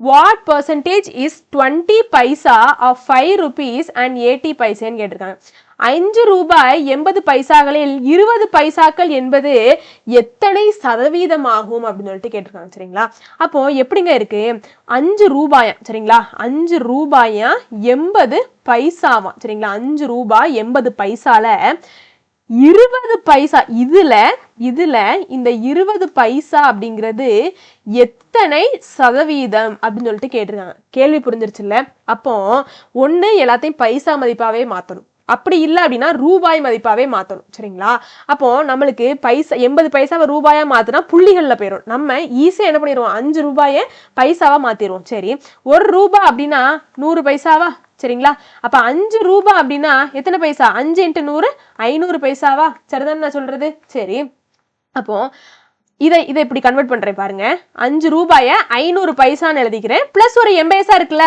சரிங்களா அப்போ 580 பைசாவா 580 பைசா தானே அப்போ இந்த 580 பைசா அப்படிங்கிறது தான் 100% நல்லா புடிச்சுக்கோங்க இதுல இருந்து தான் இந்த 20 பைசா எத்தனை சதவீதம் அப்படிங்கறத கண்டுபிடிக்க போறோம். ஓகே தானே? அப்போ 580 பைசா அப்படிங்கிறது 100% அப்படின்னா 20 பைசா, அந்த 580 பைசால 20 பைசா எத்தனை சதவீதம் அப்படிங்கறத கண்டுபிடிக்க போறோம். சரிங்களா? இங்க 500 இங்க என்ன இருக்கு, குறைஞ்சிருக்கதான் செய்யுது. சரிங்களா? 580 இருந்து 20 குறைஞ்சிருக்கு. 580 பைசாவா இருக்கையில 100% அப்படின்னா 20 பைசாவா இருக்கையில என்ன செய்யும், குறையத்தான் செய்யும். அப்போ ரெண்டு பக்கம் குறைஞ்சதுன்னா நேர்விகிதம், கிராஸ் மல்டிப்ளிகேஷன் பண்ணணும். அப்ப x into 580 equal to 20 into 100 அப்படின்னு சொல்லிட்டு இருக்குமா. x மட்டும் இந்த பக்கம் இருக்கட்டும். அப்ப 20 இன்ட்டு 100 இந்த பக்கம் அப்படியே இருக்கட்டும். டிவைடட் பை, டிவைடு கீழே போயிருமா 580. சரி, போயிட்டு ஒரு சைவர் கேன்சல் ஆயிரும். ஒரு 2 2 சைவர் அப்படி போட்டுக்கோங்க. இங்க 2 2 4 மிச்சம் 1 18 இருக்கும். 9 2 18. சரிங்களா? கடைசியா என்ன இருக்கு, 100 10 × 10 100 பை 29 அப்படின்னு சொல்லிட்டு இருக்கு. அப்போ இது என்ன பண்ணணும், கலப்பு பின்னத்துல இப்ப நம்ம மாத்த போறோம். சரிங்களா? சரி, அப்போ இப்படி இந்த சதவீதத்துல இருக்கு. சரிங்களா? நம்ம என்னதான் பண்ணணும், இப்ப இதை கலப்பு பின்னத்துல தான் மாத்தணும். அப்போ 29 × 3 நம்மளுக்கு 87 கிடைக்கும். சரிங்களா? 29 × 4 போட்டா 100 விட தாண்டி போயிடும். 29 × 3 87. 87 கூட 13 கூட்டினா 100 ஆயிரும். சரிங்களா? அப்ப 100 பை 29 நாள் ஒண்ணுதான், 3 13 பை 29 நாள் ஒண்ணுதான். ஆப்ஷன் டி தான் சரி. சரிங்களா? அடுத்த கொஸ்டின் போயிடலாம். என்ன கொடுத்திருக்காங்க, a voluntary organization planted a total 106 trees along that roadside. Some of the trees were fruit bearing trees. If the number of non fruit bearing trees was 2 more than thrice the number of fruit bearing trees, what was the number of fruit bearing tree planted அப்படின்னு சொல்லிட்டு கேட்டிருக்காங்க. அதாவது இதுல இருந்து நம்ம ஒரு ஈக்குவேஷனை form பண்ண போறோம். ஒரு தன்னார்வ தொண்டு நிறுவனம் ஒரு தேசிய நெடுஞ்சாலையின் இருபுறங்களிலும் மரங்கள் நட்டன. அவற்றில் சில கனிதரும் மரங்கள் கனித்தராத மரங்களின் எண்ணிக்கையை கனித்தரும் மரங்களின் எண்ணிக்கையின் 3 மடங்கோடு 2 கூட்டினால் வரும். மொத்தம் 106 மரங்கள் நடப்பட்டிருந்தால் கனிதரும் மரங்களின் எண்ணிக்கை எவ்வளவு அப்படின்னு சொல்லிட்டு கேட்டிருக்காங்க. ரொம்ப ரொம்ப முக்கியமான கொஸ்டின். சரிங்களா? அதாவது ஃப்ரூட், அதாவது ஒரு சில மரங்கள், அதாவது ஒரு தொழில் நிறுவனம் இருக்குது. சரிங்களா? மரங்கள் நட போறாங்க, நல்ல விஷயம் தான். சரி, அதாவது அதுல ஒரு சில மரங்கள் கனி தரும். சரிங்களா? அதாவது காய் காய்க்கும், ஒரு சில மரங்கள்ல காய் காய்க்காது. சரிங்களா? சரி, காய்க்கக்கூடிய மரத்தை நான் எக்ஸ்ன்னு வச்சுக்கிறேன். ஓகே தானே இது? சரி, இருந்துட்டு போட்டோம். அப்போ காய்க்காத மரங்களோட எண்ணிக்கையை அவங்க கொடுத்துருக்காங்க. சரிங்களா? எப்படி கொடுத்துருக்காங்கன்னு பாருங்களேன். கனி தராத மரங்களின் எண்ணிக்கை கனி தரும் மரங்களின் எண்ணிக்கையில் 3 மடங்கோடு. சரிங்களா? அதாவது இது ஃப்ரூட்ஸ் வரும். சரிங்களா? இது எஃப்னு போட்டிருக்கேன், இது ஃப்ரூட்ஸ் வரும், 7 கிடையாது. சரிங்களா? எஃப் தான் இது, ஃப்ரூட்ஸ் தரும். சரிங்களா? அப்போ NFனா வந்து நான் ஃப்ரூட் ட்ரீஸ். சரிங்களா? ஃப்ரூட் தராத மரங்கள், நோ ஃப்ரூட்ஸ். சரிங்களா? அப்படி வச்சுக்கோங்க. அது எப்படி இருக்குன்னா, கனி தரும் மரங்களின், சரிங்களா, கனி தரும் மரங்களின் எக்ஸ் தானே கனி தரும் மரங்கள், அந்த கனித்தரும் மரங்களின் 3 மடங்கோடு. சரிங்களா? கனித்தரும் மரங்களின் எண்ணிக்கையில் 3 மடங்கோடு 2 கூட்டினால் வரும். 2 கூட்டணுமா. ஓகே தானே? சொல்றது புரியுதுல்ல? அப்போ இப்படி இருக்கையில மொத்த மரங்கள் 106 மரங்கள் இருக்குதான். சரிங்களா? அவங்க எதெல்லாம் நட போறாங்க, கனி தரும் மரங்களையும் கனி தராத மரங்களையும் நட போறாங்க. கனி தரும் மரங்கள் எக்ஸ் எண்ணிக்கையில இருக்கு, கனி தராத மரங்கள் 3x + 2 எண்ணிக்கையில இருக்கு. சரிங்களா? இப்போ மொத்த மரங்களோட எண்ணிக்கை 106 அப்படின்னா கனி தரும் மரங்கள் பிளஸ் கனி தராத மரங்கள். சரிங்களா? இது எல்லாத்தையும் கூட்டினாதான் 106 மரங்கள். சரிங்களா? இப்படி இருந்துச்சு அப்படின்னா கனி தரும் மரங்களின் எண்ணிக்கையை மட்டும் கண்டுபிடிங்க, எக்ஸோட மதிப்பு மட்டும் கண்டுபிடி அப்படின்னு சொல்லிட்டு கேட்கிறாங்க. கனி தரும் மரங்கள் எத்தனை, எக்ஸ் இருக்குல்ல, அதை மட்டும் கண்டுபிடி சொல்லியிருக்காங்க. சரிங்களா? x + 3x 4x + 2 = 106. சரிங்களா? 4x இங்கே இருக்கட்டும், 2 மட்டும் அங்க போச்சுன்னா 106 - 2 ஆகும். 106ல இருந்து 2 கழிச்சோம்னா 104 கிடைக்கும். சரிங்களா? சரி, அப்ப xோட மதிப்பு தானே தேவை, x மட்டும் இந்த பக்கம் இருக்கட்டும். 104. அப்போ 4 வலது பக்கம் போகல, டிவைடுக்கு போகும். சரிங்களா? மல்டிப்ளிகேஷன்ல இருக்குல்ல, 1 4 4 2 4 8 மிச்சம் 2 இருக்கும், 24 இருக்கும். 5 4 20, 6 4 24. சரிங்களா? அப்ப x = 26. அப்ப மொத்தம் 26 மரங்கள் இருக்கு. சரிங்களா? சரி, அடுத்த क्वेश्चन போயிடலாம். என்னது, கனி தரும் மரங்கள் மட்டும். சரி, இருந்துட்டு போடும். Orient is written as. சரிங்களா? ஓரியன்ட் அப்படின்னு ஒரு எண்ணு அப்படின்னு ஒண்ணு இருக்கும். சரிங்களா? ஓரியன்ட்டை எப்படி எழுதுறாங்களா, 5 3 2 1 4 6. தப்பு எழுதிட்டேனா, 1 4 6ன்னு எழுதுறாங்க. சரிங்களா? சோல் அப்படிங்கிறத எப்படி எழுதுறாங்களா, 7 5 9 8ன்னு எழுதுறாங்க. சரிங்களா? அப்போ லைன் அதை எப்படி எழுதுவாங்க அப்படின்னு சொல்லிட்டு கேட்டிருக்காங்க. சரிங்களாங்க? இங்க பாருங்களேன், இங்க இருக்கக்கூடிய ஓக்கு 5, சோல்ல இருக்கக்கூடிய ஓக்கு 5 சரிங்களா. அப்போ இந்த மாதிரி தான் டைரக்டா ஓக்கு 5. ஏன்னா ஓக்கு நம்ம ஆல்பபெட்டிக்கல் அந்த பொசிஷன்ஸ் படி பார்த்தோம் அப்படின்னா ஓ எப்படி வரும் 15வது இடத்துல வரும், 6 18வது இடத்துல வரும். இங்க அந்த மாதிரி எதுவுமே இல்லை சரிங்களா. ஓ 5 சரிங்களா. ஓக்கு நேரா இருக்கிறது என்னதான் 5. அப்போ இங்க நம்மளுக்கு எல்லுக்கு நேரா இருக்கிறது என்னது 8 சரி. ஐக்கு நேரா இருக்கிறது என்னது 2 சரி. எண்ணுக்கு நேரா இருக்கிறது 4, ஈக்கு நேரா இருக்கிறது 1 சரிங்களா. அப்போ 8 2 4 1 ஆப்ஷன் சி தான் சரிங்களா. அடுத்த கொஸ்டின் போயிடலாம். இந்த கணக்கு எனக்கு கொஞ்சம் டவுட்டா இருக்குதுங்க. ஏன்னா இங்க பாருங்களேன், எண் 7 56க்கு சம்பந்தப்பட்டது சரிங்களா. 7 அப்படிங்கிற எண் 56க்கு சம்பந்தப்பட்டிருக்கான். 10க்கு சம்பந்தமான அந்த எண்ணை கண்டுபிடிங்கன்னு சொல்லிட்டு கேட்டிருக்காங்க சரிங்களா. கிராஸ் மல்டிபிளிகேஷன்லாம் போகலாம், அப்படி இல்லைன்னா கொஞ்சம் பிரித்து நான் எழுதி காமிக்கிறேன். எப்படினாலும் போகலாம். எப்படி போட்டாலுமே வந்து அவங்க குறிச்சிருக்க ஆன்சர் வரல, ஆப்ஷன்லேயும் இல்லை நான் எனக்கு வந்தது. சரி பாருங்க, இப்போ எக்ஸோட தான் தேவை இல்லையா. 10க்கு ரிலேட்டடான அந்த நம்பர் தான் தேவை. கிராஸ் மல்டிபிளிகேஷன் பண்ணணும் சரிங்களா. 7 இங்கே 10ஆக கூடி இருக்கு சரிங்களா. 7ஆக இருக்கையில் 56னா 10ஆக இருக்கையில் இன்னும் கூட தானே செய்யும். அப்போ கிராஸ் மல்டிபிளிகேஷன் நேர் விகிதம் தானே. கிராஸ் மல்டிபிளிகேஷன் பண்ண அப்படின்னா x into 7 equal to 56 into 10ன்னு கிடைக்கும் இல்லையா. சரி, அப்போ x equal to 56 into 10 divided by டிவைடுக்கு போவோம், மல்டிபிளிகேஷன்ல இருக்குல்ல டிவைடுக்கு போவோம். ஓர் 7 7 8 7 56 இல்லையா. சரி இருந்துட்டு போட்டோம். அப்போ 8 இன்ட்டு 10 என்னங்க ஆயிடுச்சு 80ன்னு ஆயிடுச்சு சரிங்களா. அப்போ 10க்கு ரிலேட்டடான நம்பர் 80 அப்படின்னு சொல்லிட்டு காமிக்க. அப்படி இல்லைனாலும் பாருங்களேன், இங்க 7ஓடது எப்படிங்க இருக்கு 56ன்னு இருக்கு சரிங்களா. 56 7 இன்ட்டு 8 அப்படின்னு சொல்லிட்டு பிரிச்சு எழுதிக்கலாம் சரிங்களா. அப்போ இங்க என்ன இருக்கு 7 கூட 8, அதாவது 7 இருக்கு, அந்த 7 கூட 8 சேர்ந்துருக்கு சரிங்களா.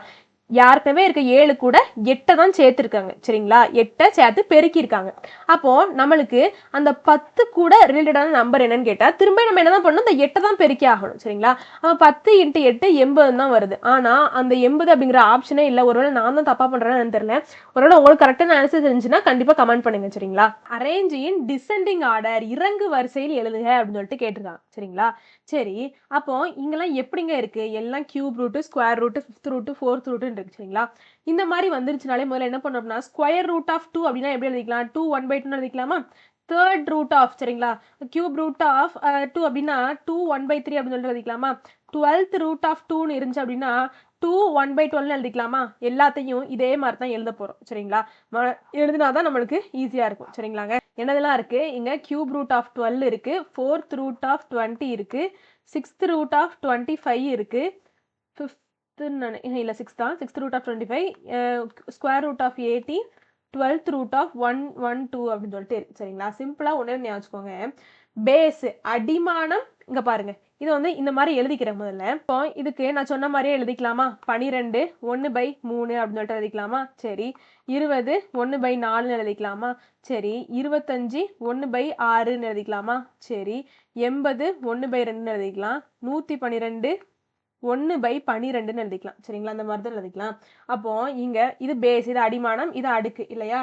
இங்க பாருங்க, அடிமானம் பெருசா இருந்து சரிங்களா. அடிமானம் பெருசா இருந்து இந்த இந்த இது இருக்குல்ல, இது சின்னதா இருந்துச்சுன்னு வைங்களேன், இது சின்னதா இருந்துச்சுன்னு வைங்களேன், இது பெருசா இருந்து இது சின்னதா இருந்துச்சுன்னா பெரிய வேல்யூ தான் வரும் சரிங்களா. ரூட் சின்னதா இருக்கு, அப்போ 80 அப்படிங்கறத எல்லாத்த விட பெருசு இல்லையா. அதாவது ரூட் சின்னதா இருக்கு, வேல்யூ பெருசா இருக்கு சரிங்களா. ரூட் சின்னதா இருக்கு, வேல்யூ பெருசா இருக்கு. அப்போ வெரி ஸ்மால் சரிங்களா, ரொம்ப ரொம்ப பெருசா இருக்கு, ரொம்ப ஸ்மால் ரூட்டா இருக்கு. எல்லாத்த விட கம்பேர் பண்ணல இதான் வந்து ரொம்ப ஸ்மாலா இருக்கு சரிங்களா. இப்போ முதல்ல என்னதான் வரும் அப்படின்னா 80 தான் பெருசு சரிங்களாங்க. சரி, ரூட் 80 தான் பெருசு. அதுக்கப்புறம் பாத்தீங்க அப்படின்னா இங்க ரூட்டு அதுக்கடுத்து 12 தான் சின்னதா இருக்கு சரிங்களா. ரூட் சின்ன ரூட்டா இருக்கு, 12 அப்படிங்கிறது பெரிய வேல்யூ சரிங்களா. அதுக்கடுத்து கியூப் ரூட் தான் வரும் சரிங்களாங்க. அதாவது சின்னதுல இருந்தே போகணும் சரிங்களா. சரி, அதுக்கடுத்து 4th ரூட் வரும் சரிங்களா. அதுக்கடுத்து இருக்கிறது 4th ரூட் தான் வரும் சரிங்களா. அப்போ 4th ரூட் 20 அப்படின்னு சொல்லிட்டு வரும். சரி, அதுக்கடுத்து 6th ரூட் 25 அப்படின்னு சொல்லிட்டு வரும். அதுக்கு அடுத்து தான் என்னது 12th ரூட் 112 அப்படின்னு சொல்லிட்டு வரும் சரிங்களாங்க. சிம்பிளா ஞாபகம் அப்படின்னா ரூட் சின்னதா இருந்துச்சுன்னா, ரூட் சின்னதா இருந்து உள்ளுக்குள்ள வேல்யூ பெருசா இருந்துச்சுன்னு வைங்களேன். ரூட் சின்னதா இருக்கு, உள்ளுக்குள்ள வேல்யூ பெருசா இருந்துச்சுன்னா அதான் பெருசா இருக்கும் சரிங்களா. இப்போ இதுல இருந்து நம்மளுக்கு என்ன தெரியுது, எது சின்னதா இருக்கோ அதான் பெருசா இருக்கும். புரியுதா? அப்போ ஸ்கொயர் ரூட் அதுக்கடுத்து தான் கியூப் ரூட். இப்போ இருக்கிறதுலே பெருசு இங்க ஸ்கொயர் ரூட் தான். அதுக்கடுத்து கியூப் ரூட், அதுக்கடுத்து 4th root, 6th root, 12th root. சரிங்களா? அப்போ இந்த மாதிரி தான் இருக்கும். சரிங்களாங்க? அப்போ ஒன்றை மட்டும் ஞாபகம் வச்சுக்கணும். ரூட் சின்னதா இருந்துச்சுன்னா வேல்யூவும் பெருசா வரும். சரிங்களா? ஸ்கொயர் ரூட்னா சின்ன சின்ன ரூட், அப்போ வேல்யூ பெருசா வரும். அந்த மாதிரி மட்டும் ஞாபகம் வச்சுக்கோங்க. சரிங்களா? இந்த வீடியோ உங்களுக்கு பிடிச்சிருக்கும் நம்புறேன். வெற்றியை நோக்கி உங்கள் பயணத்திற்கு என் வாழ்த்துக்கள். நன்றி, வணக்கம்.